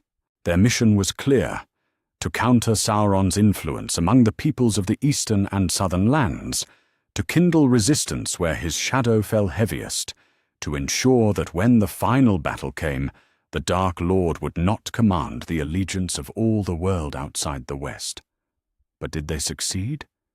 Did they fail? Or did they perhaps achieve something so far beyond their original mandate that success and failure become meaningless terms? The evidence is tantalizing and contradictory. When Sauron gathered his great armies for the War of the Ring, when he called upon every people and nation that owed him allegiance, the hosts that answered were vast beyond counting, but they were not universal. Entire regions of the east and south remained silent when the muster horns of Mordor sounded. Kingdoms that should have marched beneath the banner of the Eye sent no armies to the Black Gate. Was this the work of the Blue Wizards? Had Alatar and Pallando spent centuries building a resistance so deep and so hidden that even Sauron's all-seeing malice could not detect it? Had they perhaps done more than merely inspire rebellion? Had they taken direct action against the Dark Lord's servants in land so distant that no word of their deeds ever reached the west? Consider the implications. If the Blue Wizards had succeeded in their mission, truly succeeded, not merely in limiting Sauron's influence, but in actively opposing it, then they would have been engaging in precisely the kind of direct confrontation that their fellow Istari were forbidden to attempt. They might have abandoned the restrictions that bound Gandalf and Saruman, cast aside the limitations of their assumed mortal forms, and revealed themselves in their true power as Maiar. If so, then in the hidden places of the east, battles might have been fought that dwarfed even the siege of Minas Tirith. Sauron might have faced enemies of his own caliber, beings capable of matching him, power for power, will for will. The Blue Wizards, unrestrained by the protocols that governed their western brethren, might have waged a secret war whose stakes were nothing less than the fate of half the world. But there is another possibility, darker and more troubling. What if the Blue Wizards had not merely succeeded or failed, but had been transformed by their mission in ways that transcended both outcomes? What if, in fighting monsters for so long, they had themselves become monstrous? The corruption of Saruman showed how easily even the wisest could fall when power was offered without proper restraint. If the Blue Wizards had indeed cast off their limitations, if they had revealed their true nature as Maiar in order to contest Sauron's dominion, What guarantee was there that they would remember their original purpose? Might they not have become tyrants in their own right, ruling the eastern lands not in service to the Vala, but according to their own will? The thought is chilling, that in trying to prevent Sauron from gaining allies in the east, the blue wizards might have become his rivals instead of his opponents, that there might be regions of Middle-earth where the choice was not between freedom and the shadow, but between one form of absolute rule and another. Yet even this speculation assumes that the blue wizards were the only unknown powers operating beyond the knowledge of the West. The truth may be far stranger and more complex, for how many of the Maiar had descended into Arda in the beginning? The chronicles speak of those who served the Valar openly: Eonwe and Ilmare, Ose and Uinen, Melian and her contemporaries. They tell us of the 5 Istari, who were sent to Middle-earth in the Third Age. They name Sauron himself, and the Balrogs who served Morgoth in the depths of Angband. But the music of creation was vast, and the Ainur who participated in it were beyond counting. How many others might have chosen to enter Arda, but remained hidden from the great events that shaped its history? How many might have gone into exile in the wild places of the world, dwelling in solitude and secrecy, pursuing goals that the chronicles never recorded? Consider the Watcher in the water that dwelt beneath the doors of Moria. What was it, truly? The wise called it a remnant of the elder days, a creature of shadow and malice that had lingered in the depths while the world changed above it. But its tentacles moved with intelligence, its attacks showed cunning and purpose. Might it have been something more than a mere beast, perhaps a fallen Maya that had chosen the depths over the light, corruption over service? Or consider the old forest, where trees walked and spoke and remembered the elder days with a clarity that disturbed even the Eldar. Tom Bombadil ruled there, strange and timeless, but he was not the forest's only power. The trees themselves showed a kind of consciousness that seemed to approach true intelligence, a unity of will and purpose that no natural forest should possess. Might there be Maiar among them? Spirits that had chosen to bind themselves to root and branch rather than taking forms of flesh and blood? If so, what loyalties did they hold? What purposes did they serve? And what might they be capable of if roused to action? The implications grow more staggering the deeper we delve into the unknown. If there were indeed hidden Maiar scattered across Middle-earth, in the depths of the sea, in the hearts of ancient forests, in the remote mountains and forgotten valleys, then Sauron's isolation was far from complete.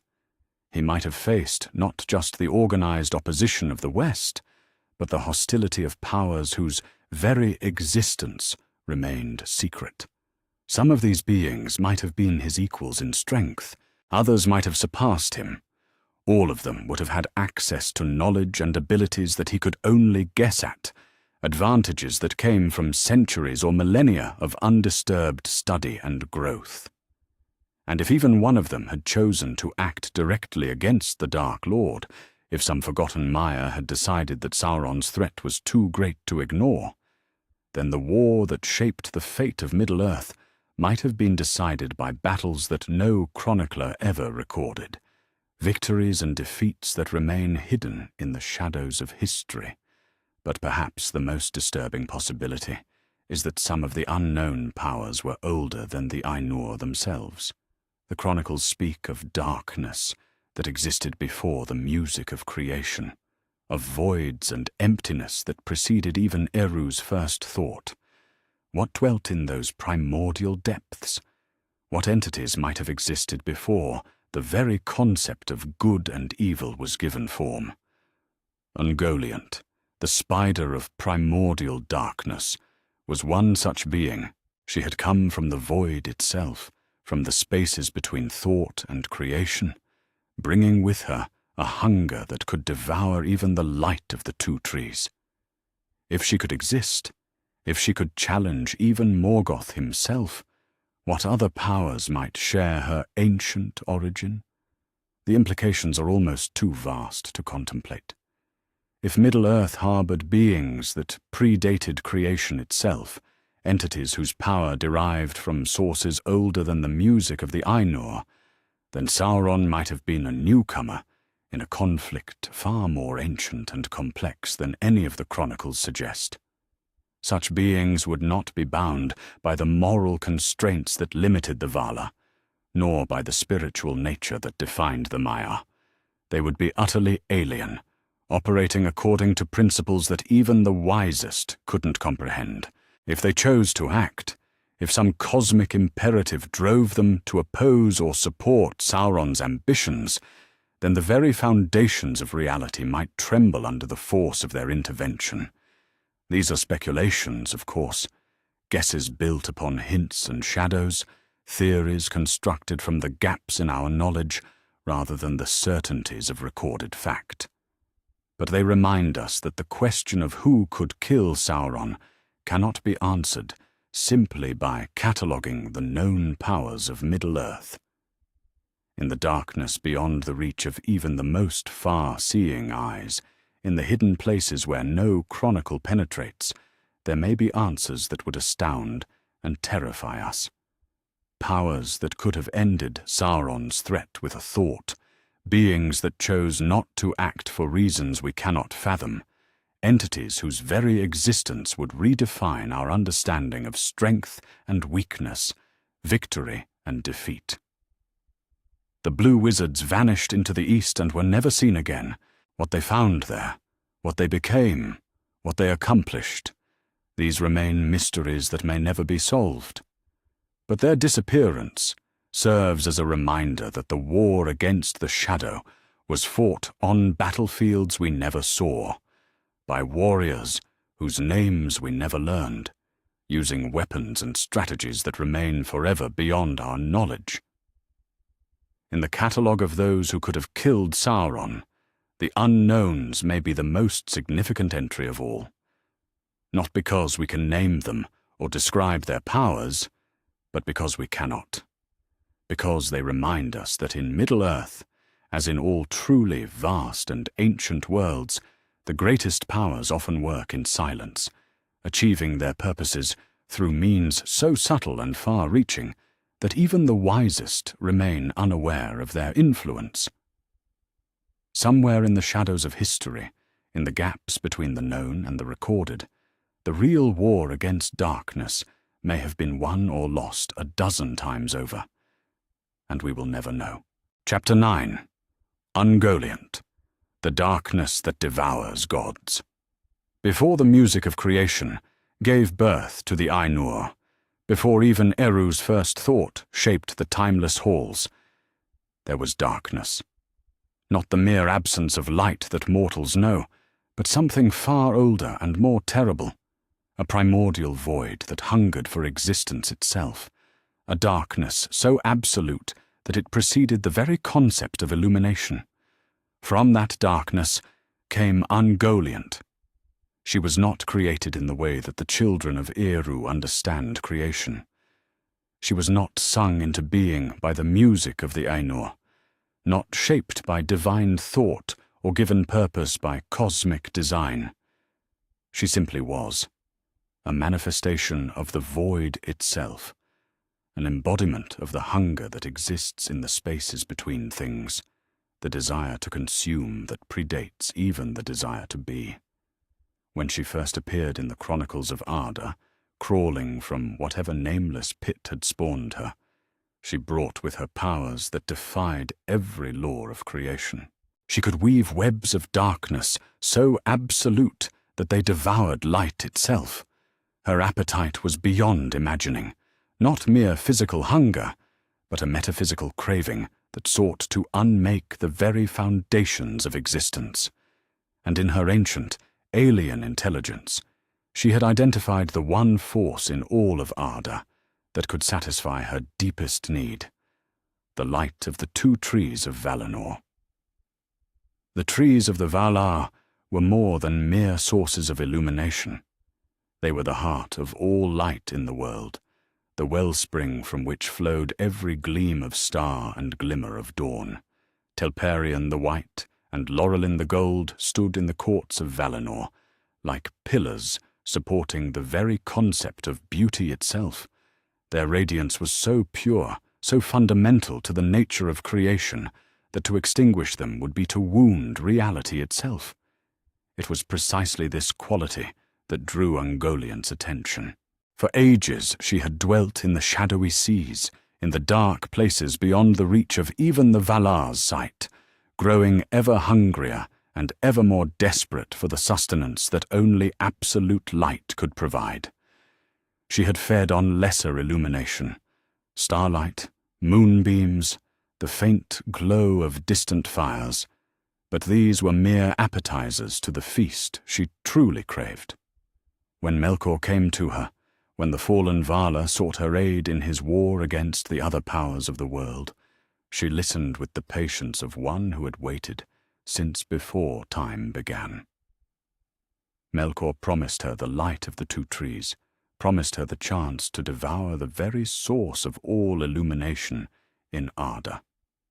In return, she would help him reclaim the Silmarils, those three perfect jewels that contained within them the captured light of Valinor itself. It was an alliance born of mutual need rather than trust. Melkor required her power to breach the defenses of Valinor.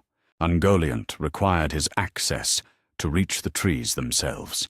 Neither had any illusions about the other's nature, and neither intended to honor their agreement any longer than absolutely necessary. The assault on the two trees was swift and terrible. Melkor struck with his great spear, wounding both Telperion and Laurelin, causing their pure light to flow out like blood from mortal wounds. But it was Ungoliant who delivered the killing blow, not with weapon or spell, but with her own horrific nature. She fell upon the wounded trees and began to drink. The light of the Valar poured into her maw like wine into a goblet. The illumination that had taken ages to gather and nurture was consumed in moments, devoured by a hunger so vast and terrible that even the watching Valar stood paralyzed by the sheer enormity of what they witnessed. The two trees withered and died as she fed, their golden and silver radiance disappearing forever into the bottomless void of her appetite. But the light of Valinor, pure though it was, only made Ungoliant hungrier. Her appetite, fed by such perfect sustenance, grew beyond all proportion. She swelled to enormous size, her spider form becoming a moving mountain of darkness and malice. The webs she spun now could shroud entire valleys in impenetrable shadow. Her very presence began to dim the light of the newly kindled stars. And then she turned on Melkor himself. The betrayal came in Lammoth, the great echo, in the wastes north of Middle-earth, where Melkor had thought himself safe from pursuit. There, far from the power of the Valar, and hidden by Ungoliant's own webs of darkness, the Dark Lord believed he could claim his prize, the Silmarils, without interference from his monstrous ally. He was catastrophically wrong. When Melkor refused to share the jewels as promised, when he attempted to claim the Silmarils for himself, alone, Ungoliant revealed the true extent of her power. Her webs fell upon the Dark Lord like nets of shadow, binding him with cords that even his valor strength could not break. Her many eyes burned with a hunger that went beyond mere appetite. She intended to devour Melkor himself, to consume the very essence of the first and mightiest of the fallen Ainur. For the first and only time in his long existence, Morgoth the Mighty, Barglir the Tyrant, the black enemy of the world, screamed in genuine terror. The cry that went up from Lammoth was so terrible that it shook the foundations of Middle-earth itself. It was the sound of absolute power, faced with absolute destruction, the voice of one who had never known true fear, discovering what it meant to be prey rather than predator. The echo of that scream reverberated through the mountains and valleys, giving the place its name and ensuring that the memory of Morgoth's terror would linger long after the participants in the drama had passed into legend. But the scream served another purpose as well. It summoned aid. Deep in the pits of Angband, the Balrogs heard their master's call. These Maiar of fire and shadow, the most terrible of Morgoth's servants, erupted from their subterranean strongholds like living volcanoes. They came with whips of flame and swords of shadow, their very presence turning the air to fire and the stone to slag. The battle that followed defied description. Ungoliant, swollen to her full and terrible size, fought with the desperation of one whose ultimate feast was about to be interrupted. Her webs entangled the Balrogs, even as their flames burned through her darkness. Her fangs struck sparks from their weapons of fire. Her hunger, given physical form, grappled with their hatred in a combat that seemed to shake the very pillars of creation. But even Ungoliant, mighty though she was, could not stand against the combined assault of multiple Balrogs. These were Maiar in their full power, beings of fire and fury who had chosen corruption over service to the Valar. Their flames burned away her webs of shadow, their weapons cut through her defenses of darkness. Slowly, inexorably, they drove her back. In the end, Ungoliant was forced to flee. She released her hold on Morgoth and retreated into the shadows, wounded and thwarted, but still alive, still hungry, still possessed of powers that had nearly destroyed the mightiest of the Valar.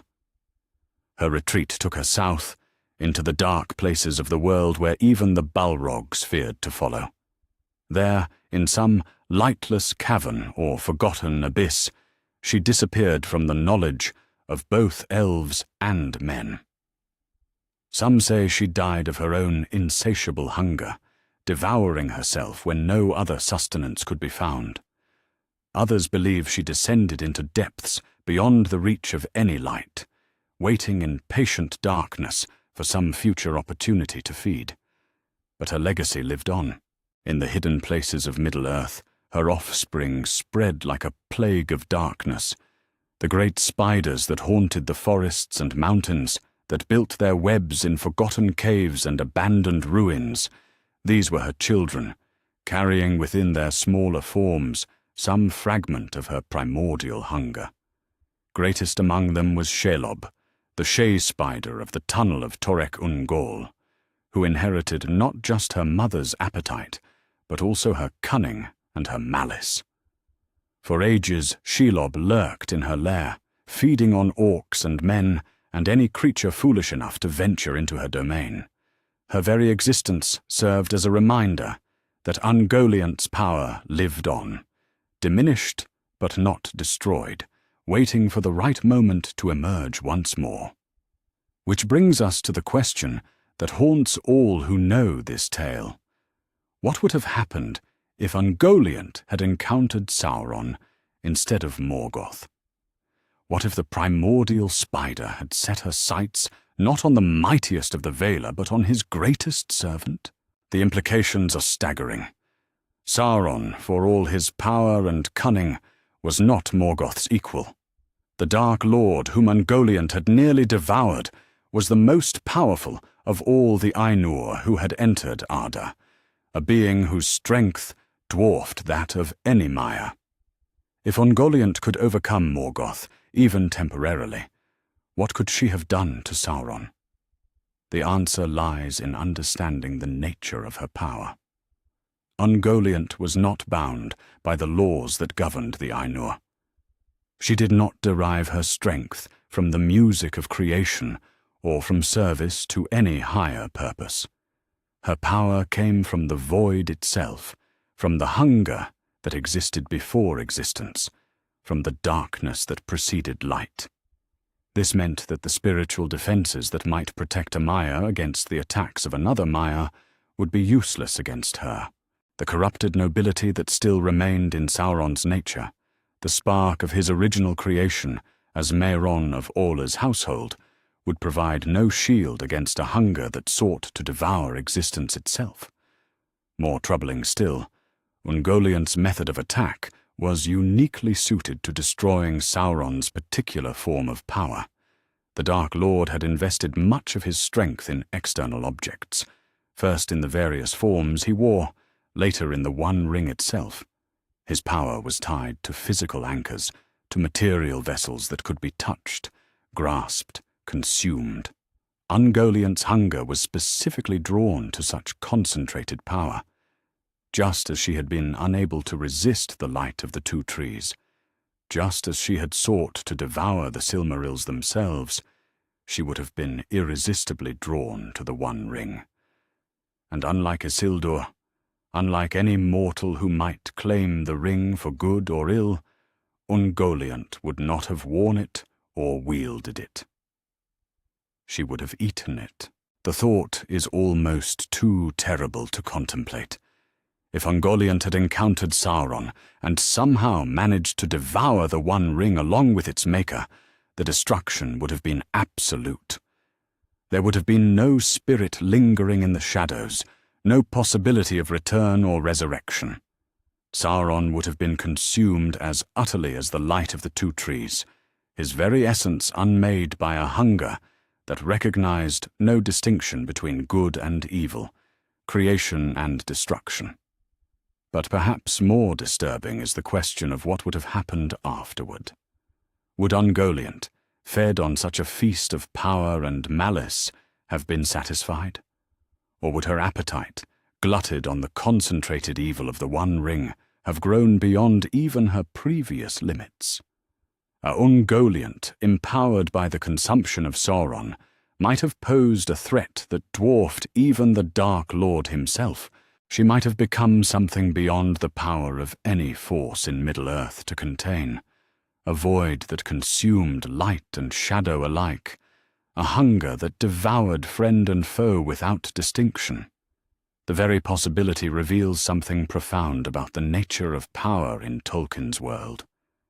Sometimes the greatest threats come not from those who seek to rule or dominate, but from those who seek only to consume. Sometimes the cure is worse than the disease, the solution more terrible than the problem it seeks to address. Ungoliant could have killed Sauron. Of this there can be little doubt. Her power was of a different order, entirely from his, drawn from sources so alien and primordial that his defenses would have been meaningless against them. She had nearly devoured Morgoth himself. His servant would have been a lesser challenge. But in killing Sauron, she might have doomed Middle-earth to an even darker fate, for there are some hungers that can never be satisfied, some appetites that grow with feeding. And in the primordial darkness from which Ungoliant emerged, there are forces that make even the malice of the Dark Lord seem small and petty by comparison. The Spider of the Void could have ended Sauron's threat forever.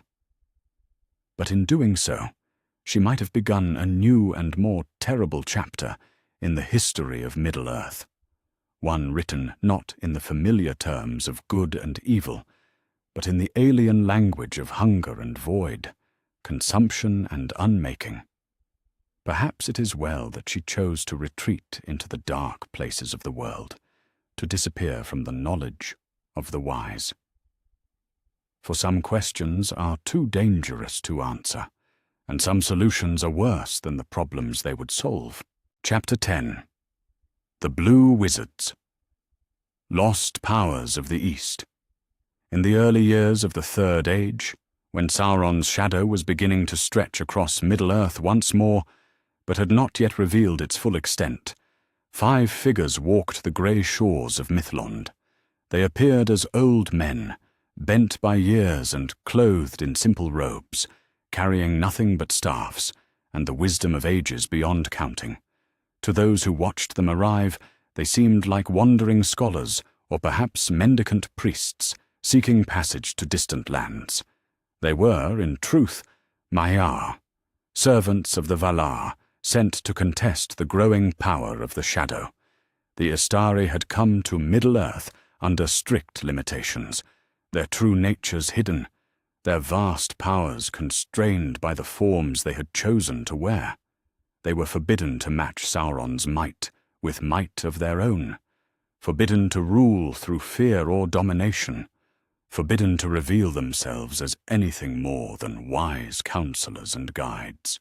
Their mission was to kindle hope in the hearts of the free peoples, to inspire resistance against the darkness, to ensure that when the final confrontation came, it would be won by the choices of elves and men, rather than the intervention of divine power. 3 of these wizards would become known to the chroniclers of the West. Gandalf the Grey would walk among the wise and the humble, earning the trust of hobbits and the respect of kings. Saruman the White would establish himself in Isengard, becoming the head of the White Council and the most respected of his order. Radagast the Brown would choose the company of birds and beasts, dwelling in the wild places and concerning himself more with the corruption of nature than with the affairs of nations. But 2 of the Istari took a different path, Alatar the Blue and Pallando. His companion set their faces toward the sunrise and disappeared into the vast expanses of Middle-earth's eastern lands. Their mission was perhaps the most crucial of all: to journey into the very heartlands of Sauron's influence, to contest his power among the peoples who knew him longest and served him most completely, to ensure that when he gathered his forces for the final assault on the West, he would not command the allegiance of the entire world. They vanished into lands that had no names in the tongues of elves or the Dunedain, into kingdoms and empires that existed beyond the borders of every map drawn in Rivendell or Minas Tirith. From the moment they passed beyond the Misty Mountains, beyond even the furthest reach of Thranduil's realm, they entered a silence that would endure until the end of the age. No word ever came back to the West of their fate or their deeds. No message, no sign, no whispered rumor carried by merchants or refugees ever broke the profound quiet that surrounded their mission. It was as if the very earth had swallowed them, as if they had passed not merely beyond the sight of the wise, but beyond the boundaries of the world itself. Yet the evidence of their presence or their failure could be read by those who knew how to look. When Sauron finally revealed himself in the Third Age, when he began gathering the great army that would march on Gondor and the West, the response from the eastern lands was telling in its incompleteness. Vast hosts answered his call, the Easterlings with their great wagons and cavalry, the Southrons with their Mumakil and banners of scarlet and gold. The armies that converged on Mordor were numbered in the hundreds of thousands, a tide of warriors that seemed to stretch beyond the horizon. But they were not universal.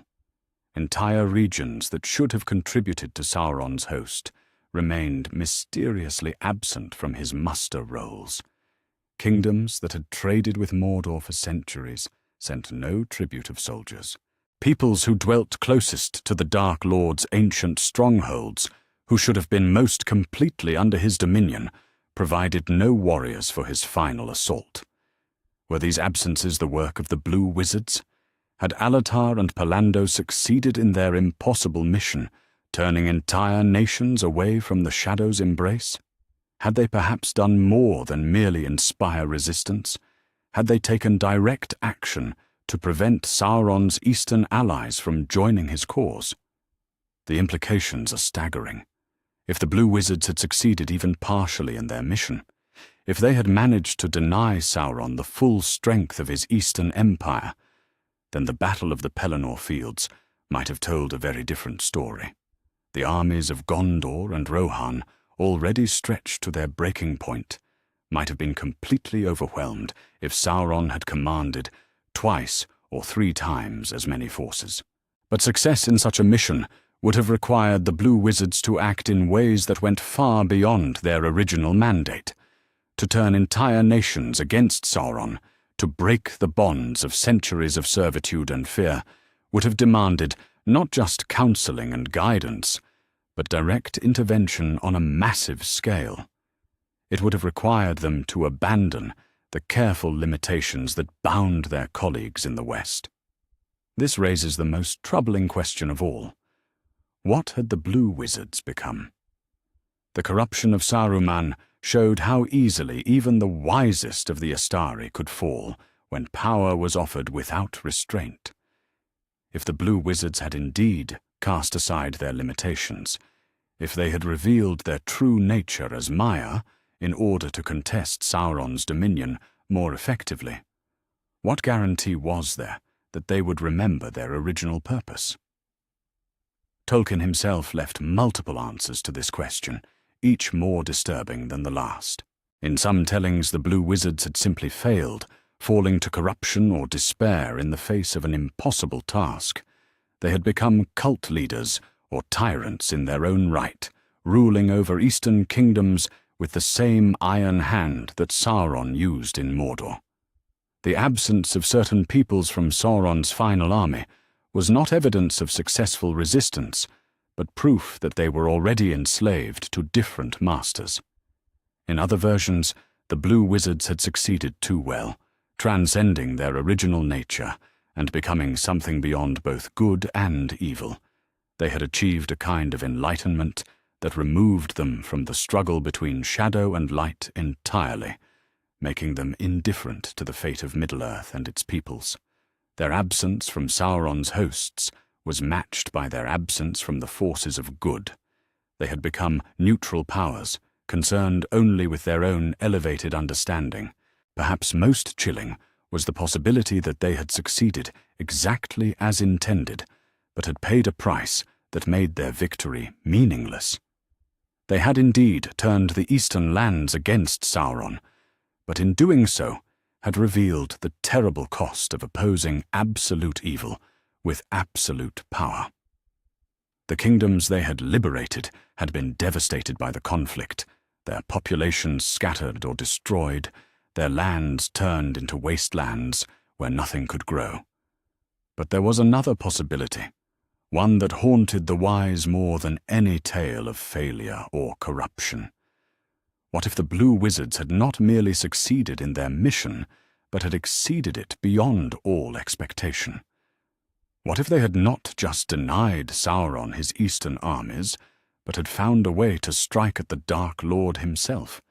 Consider the implications of 5 Istari working in perfect harmony. All limitations removed, all restrictions cast aside. Gandalf alone, when freed from the constraints of his mortal form, had been able to drive off the Witch King of Angmar. Saruman, even corrupted as he was, had commanded powers sufficient to threaten entire kingdoms. What might 5 uncorrupted Maiar have accomplished if they had chosen to act directly against their common enemy? The answer is almost too magnificent to contemplate. Together, the Istari might have possessed power sufficient to challenge even Sauron himself in direct combat. They might have been able to assault Barad-dûr, not with armies, but with their own divine might, to shatter the Dark Lord's defenses through pure spiritual force rather than siege engines and swords. If the Blue Wizards had somehow managed to coordinate such an assault, if they had found a way to communicate with their Western colleagues and convince them to abandon their careful restraint, then the War of the Ring might never have been necessary. Sauron might have been destroyed, not by the courage of hobbits, but by the combined wrath of 5 beings who had finally chosen to use their full power in service of the light. But such a victory would have come with its own terrible cost.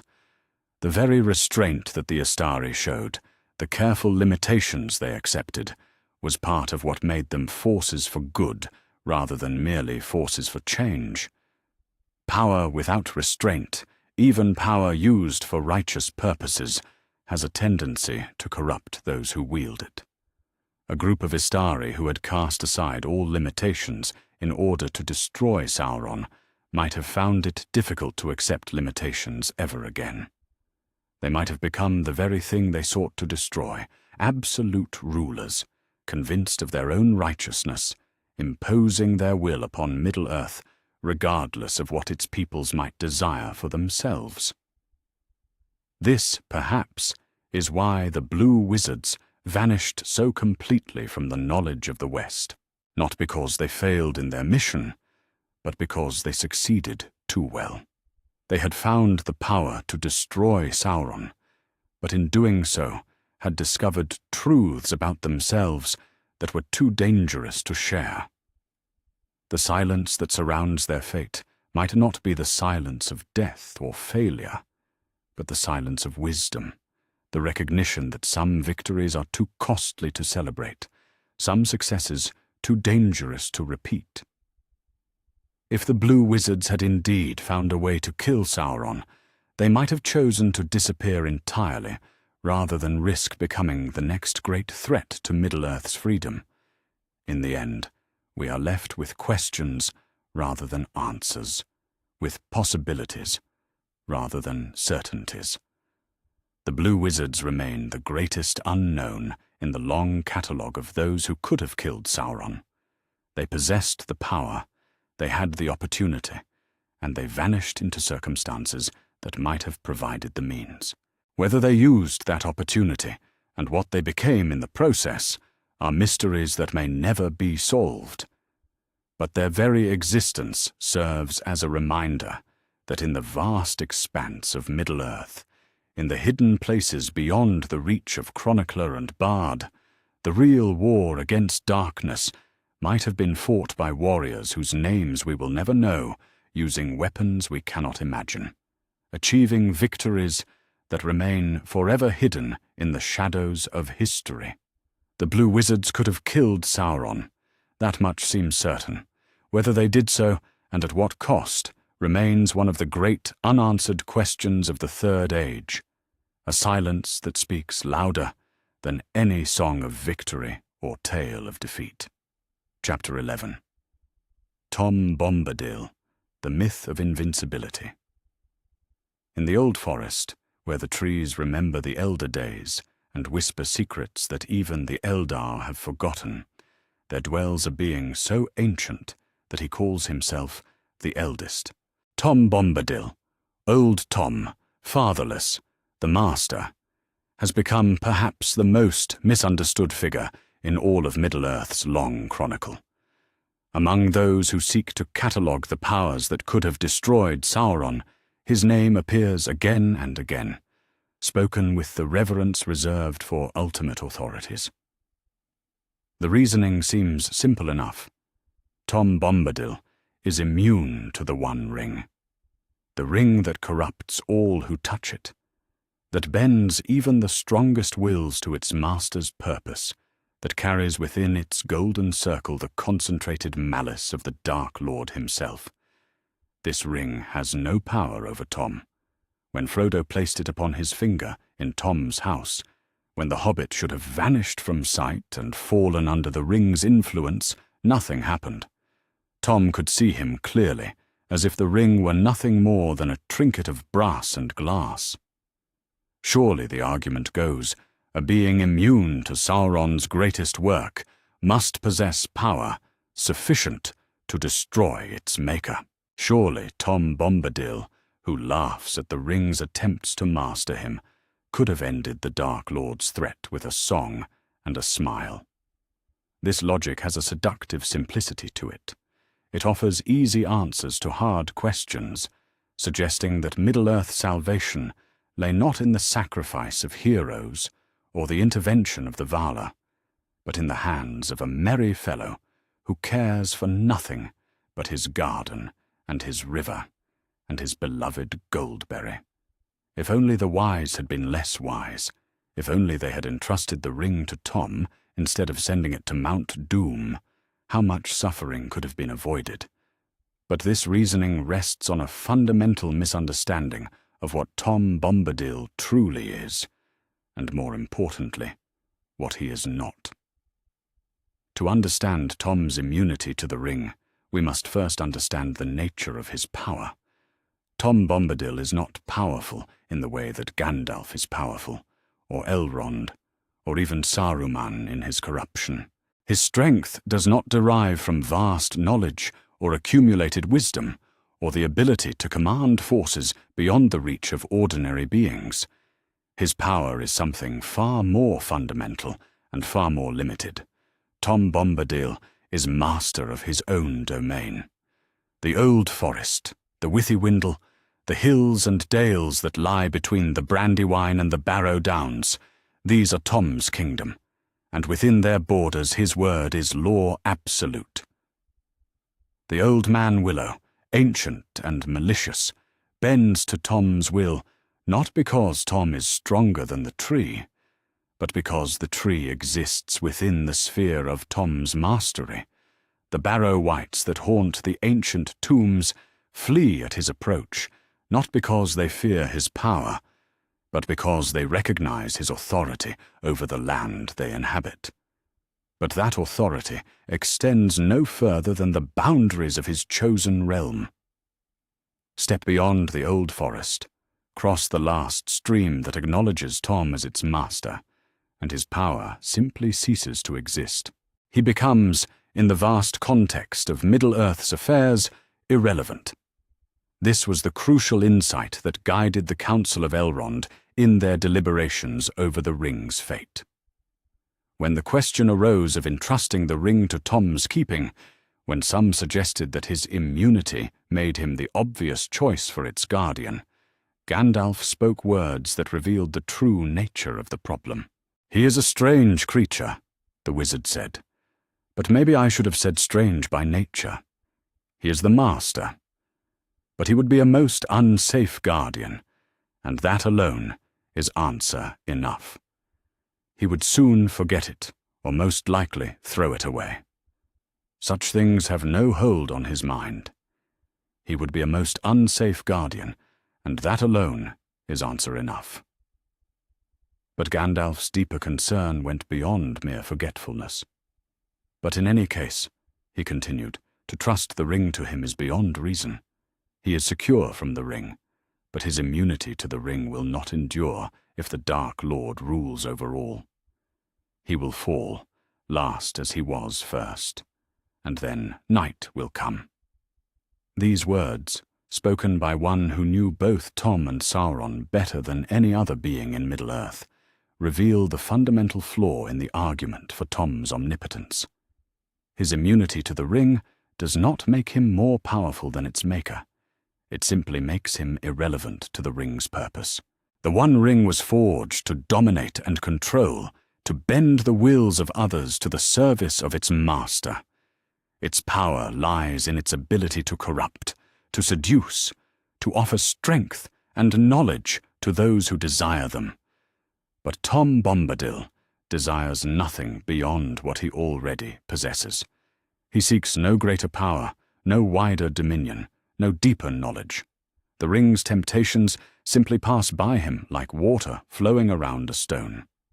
This immunity is not a sign of superior strength, but of profound contentment.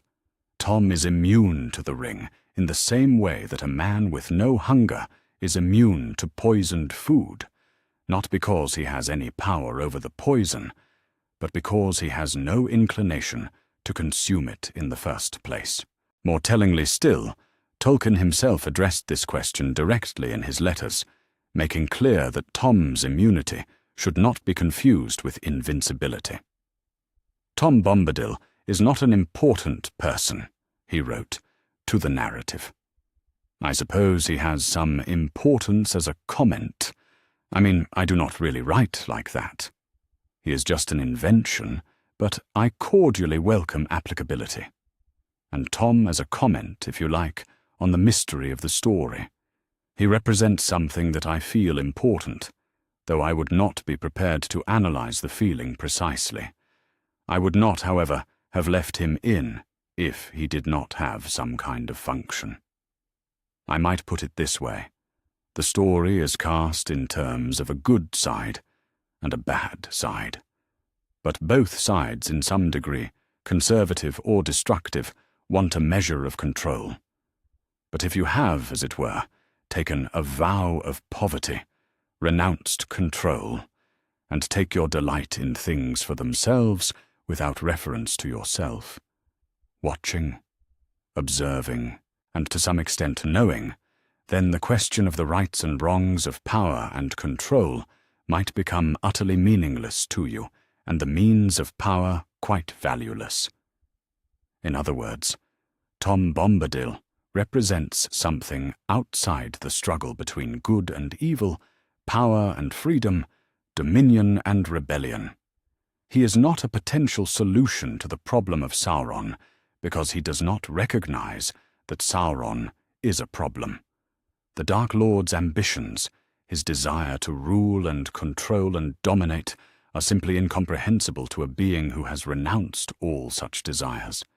But this very detachment, this very immunity to the corruptions of power, is what would make Tom helpless against Sauron's ultimate victory. His mastery over his small domain depends upon the continued existence of that domain. If Sauron conquered Middle-earth, if the shadow fell across every green growing thing, if the very concept of natural beauty and innocent joy were extinguished from the world, then Tom's power would die with them.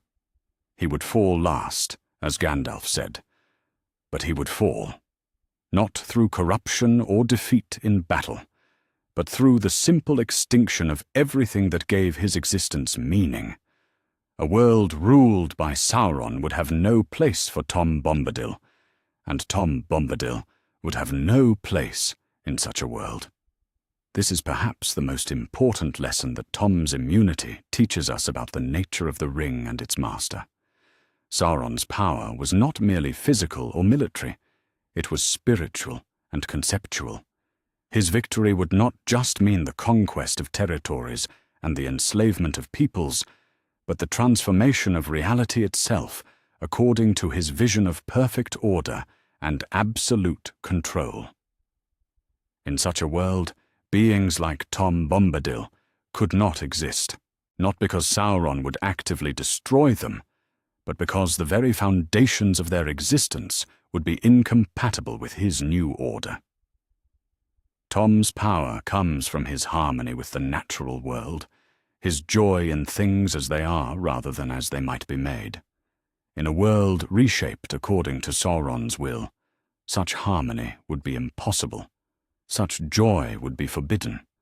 So while Tom's immunity to the ring is real and remarkable, it tells us nothing about his ability to destroy the ring's maker. It reveals instead the fundamental incompatibility between two different ways of being in the world, one based on control and domination, the other on acceptance and celebration. Tom Bombadil could not have killed Sauron for the same reason that water cannot kill fire through kindness.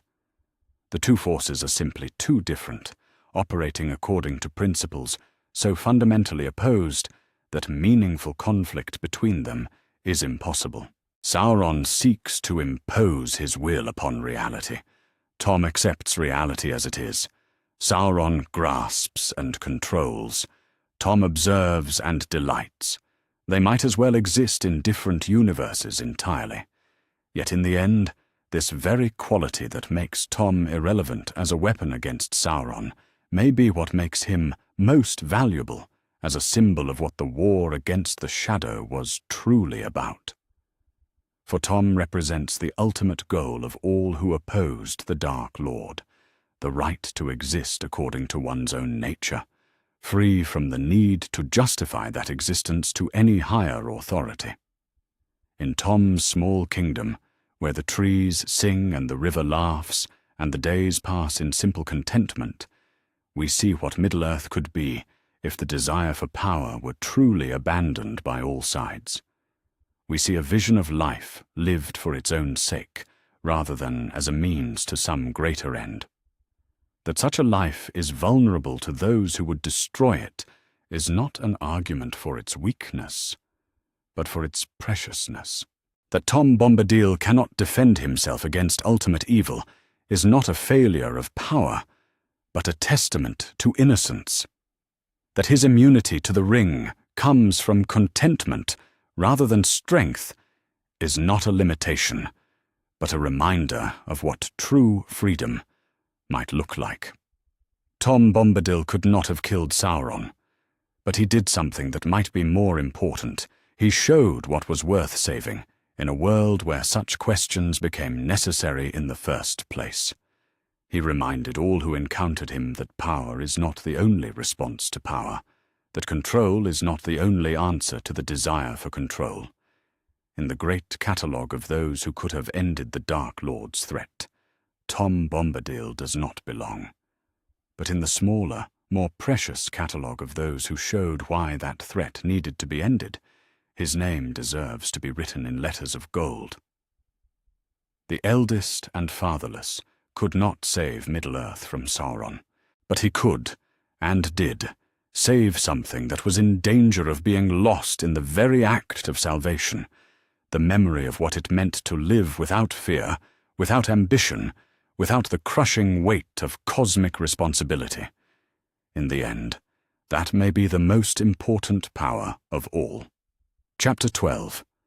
The answer and what it means for Middle-earth in the end, after all the speculation and all the analysis, after examining gods and monsters, heroes and mysteries, the answer to our central question proves both simpler and more complex than anyone might have imagined. Who could actually kill Sauron? The list is longer than the wise of Middle-earth ever dared to hope, yet shorter than the desperate might have wished. It includes beings of unimaginable power and creatures of alien hunger, heroes who proved themselves in the crucible of battle and enigmas, who vanished into legend. But understanding who could have killed Sauron is only the beginning of the mystery. The deeper question, why so few tried, and why even fewer succeeded, reveals truths about the nature of power and choice that cut to the very heart of Tolkien's vision. Let us begin with certainty, with those who demonstrably possessed both the power and the opportunity to end Sauron's threat. Eru Ilúvatar stands alone in the category of confirmed killers. During the downfall of Númenor, the One himself reached down from beyond the circles of the world and unmade Sauron's physical form so completely that it could never be rebuilt in fair semblance again. This was destruction on a cosmic scale, the reshaping of reality itself to accommodate divine justice. If anyone possessed the power to end Sauron permanently, it was the Creator who had sung all things into being with his voice. Yet even Eru's direct intervention proved insufficient for permanent victory. Sauron's spirit endured, diminished but not destroyed, eventually returning to Middle-earth with reduced power, but undiminished malice. The most significant conclusion we can draw from this is not about Sauron's resilience, but about Eru's restraint. The one who could have unmade Sauron completely chose not to do so, preserving even the most corrupted of his children in service to some greater design. Moving from certainty to demonstrated possibility, we find those who had already proven that Sauron could be defeated in direct combat, even if they could not achieve permanent destruction. Gil-galad and Elendil stand as the supreme example of mortal heroism triumphing over divine corruption. Their victory on Mount Doom proved that Sauron was not invincible, that sufficient courage combined with sufficient sacrifice could overcome even one of the Maiar. Their success was real and complete within its limitations. Sauron's physical form was destroyed, his armies scattered, his dominion ended for millennia. But their victory also revealed the crucial distinction that defines this entire inquiry: the difference between defeating Sauron and destroying him permanently. Gil-galad and Elendil had achieved the first, The second remained beyond their reach because Sauron's spirit was anchored to the One Ring, which survived the battle intact. Juan the Hound represents perhaps the most instructive case study in the entire catalogue. His victory over Sauron on the Isle of Werewolves demonstrated that the Dark Lord was vulnerable to direct attack, but it also revealed the specific nature of that vulnerability. Sauron's choice of wolf form carried limitations that Juan could exploit, and the Hound's prophetic protection made him immune to Sauron's counterattacks. This battle teaches us that Sauron's power, however vast, was not unlimited or unconditional.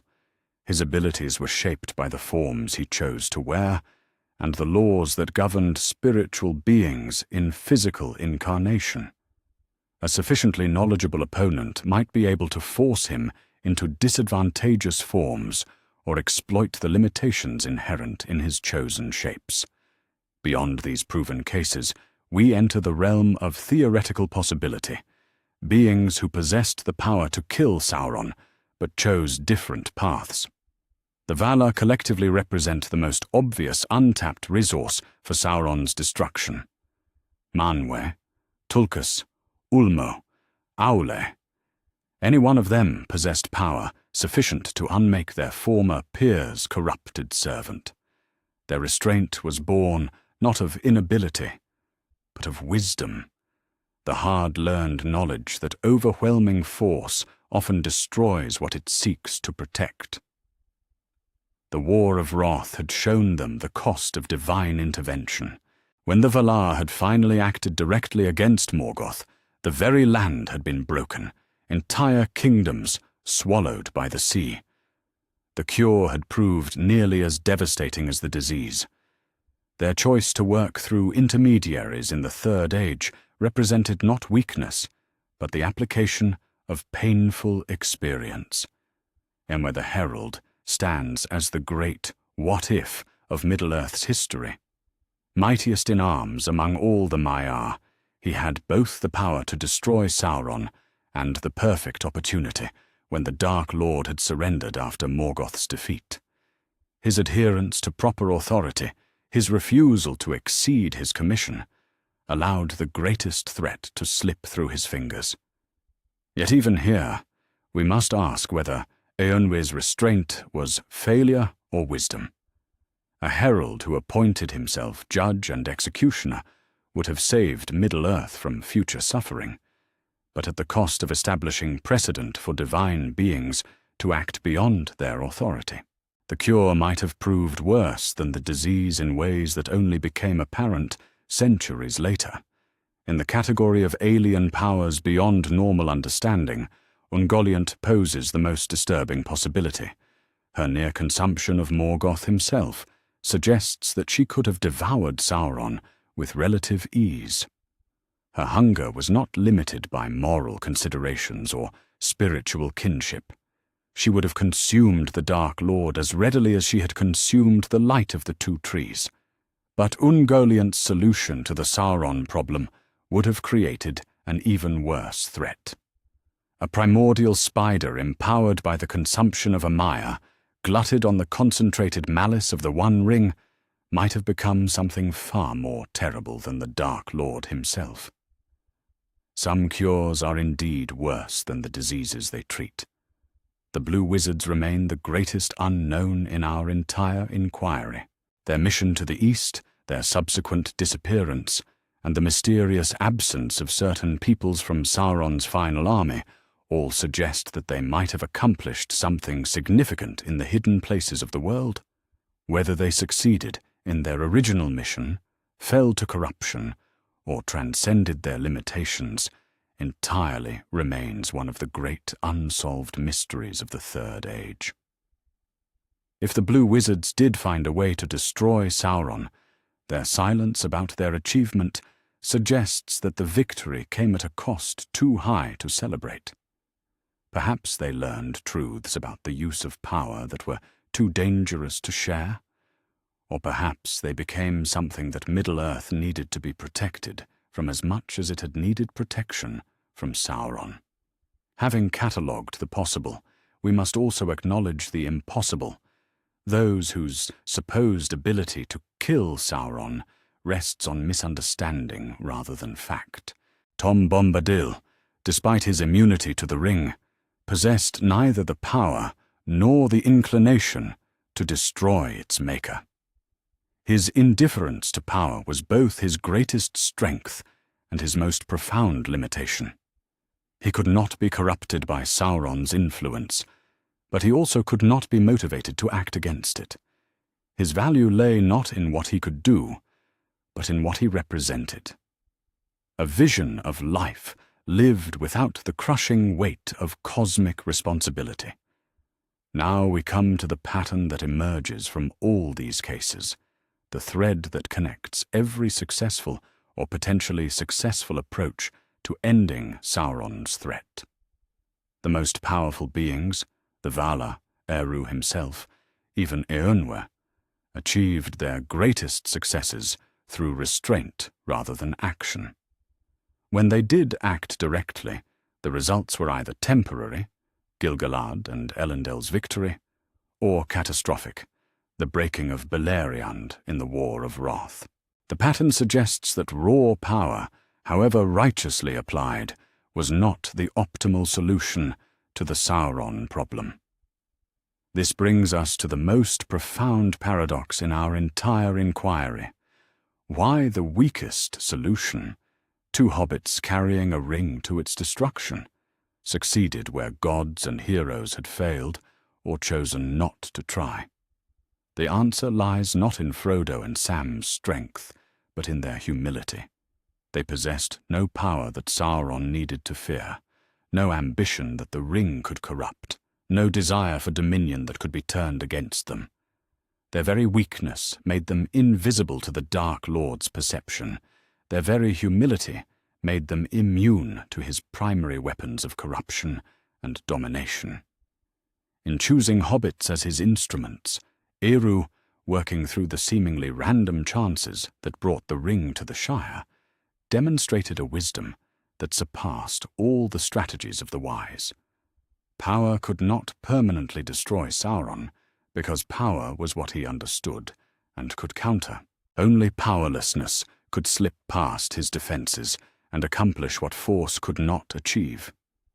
But this raises the deepest question of all. Was this the right choice?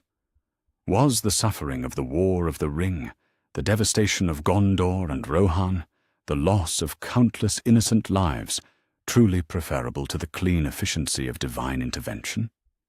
The answer depends on what we value most: peace or freedom, safety or growth, the end of suffering or the preservation of choice. If the Valar had acted directly, if Eönwë had executed Sauron when he had the chance, if any of the great powers had chosen efficiency over restraint, Middle-earth would indeed have been saved. But it would have been saved by powers beyond its own resources, preserved through force rather than choice, protected by beings whose intervention might establish precedent for future interventions of less benevolent nature. The path actually taken, the long, painful, costly road through the War of the Ring to the fires of Mount Doom, preserved something more precious than mere peace. It preserved the right of the peoples of Middle-earth to determine their own fate, to choose their own responses to evil, to grow in wisdom and courage through struggle rather than accepting salvation as a gift from above. This choice reflects Tolkien's deepest convictions about the nature of good and evil, freedom and tyranny. Evil cannot truly be defeated by force alone, because force can itself become evil when applied without restraint. Good must be chosen freely to have any real meaning, and that choice must be made by each generation anew. Sauron could have been killed by many beings, in many ways, at many points in Middle-earth's history. That so few chose to try, and that even fewer succeeded permanently, reveals not the weakness of good, but its true strength. For good that preserves choice is stronger than good that compels obedience, and freedom earned through struggle is more precious than safety granted from above. In the final accounting, the question, who could actually kill Sauron, proves to be the wrong question entirely. The right question is, who should kill Sauron, and what would that choice cost? The answer, written in blood and tears across 3 ages of struggle, is that those who could kill him shouldn't. Those who should kill him could not, and those who finally did destroy him succeeded not through power, but through its absence, not through strength, but through the courage to remain weak in a world that offered them every temptation to grasp for dominion. Many could have killed Sauron. Few should have tried. Fewer still had the wisdom to find the one path that led to permanent victory without permanent corruption. In the end, the greatest power proved to be the power to choose not to use power. The greatest strength proved to be the strength to remain small in a world of giants, and the greatest victory proved to be the victory that preserved the right to choose defeat if that choice was made freely. This is the final answer to the question that haunts Middle-earth. Not who could kill Sauron, but why the manner of his killing mattered more than the simple fact of his death. In choosing the hardest path, in accepting the longest road, in paying the highest price, the free peoples of Middle-earth purchased not just their freedom, but their right to remain free. And that, perhaps, is worth more than all the easy victories that might have been.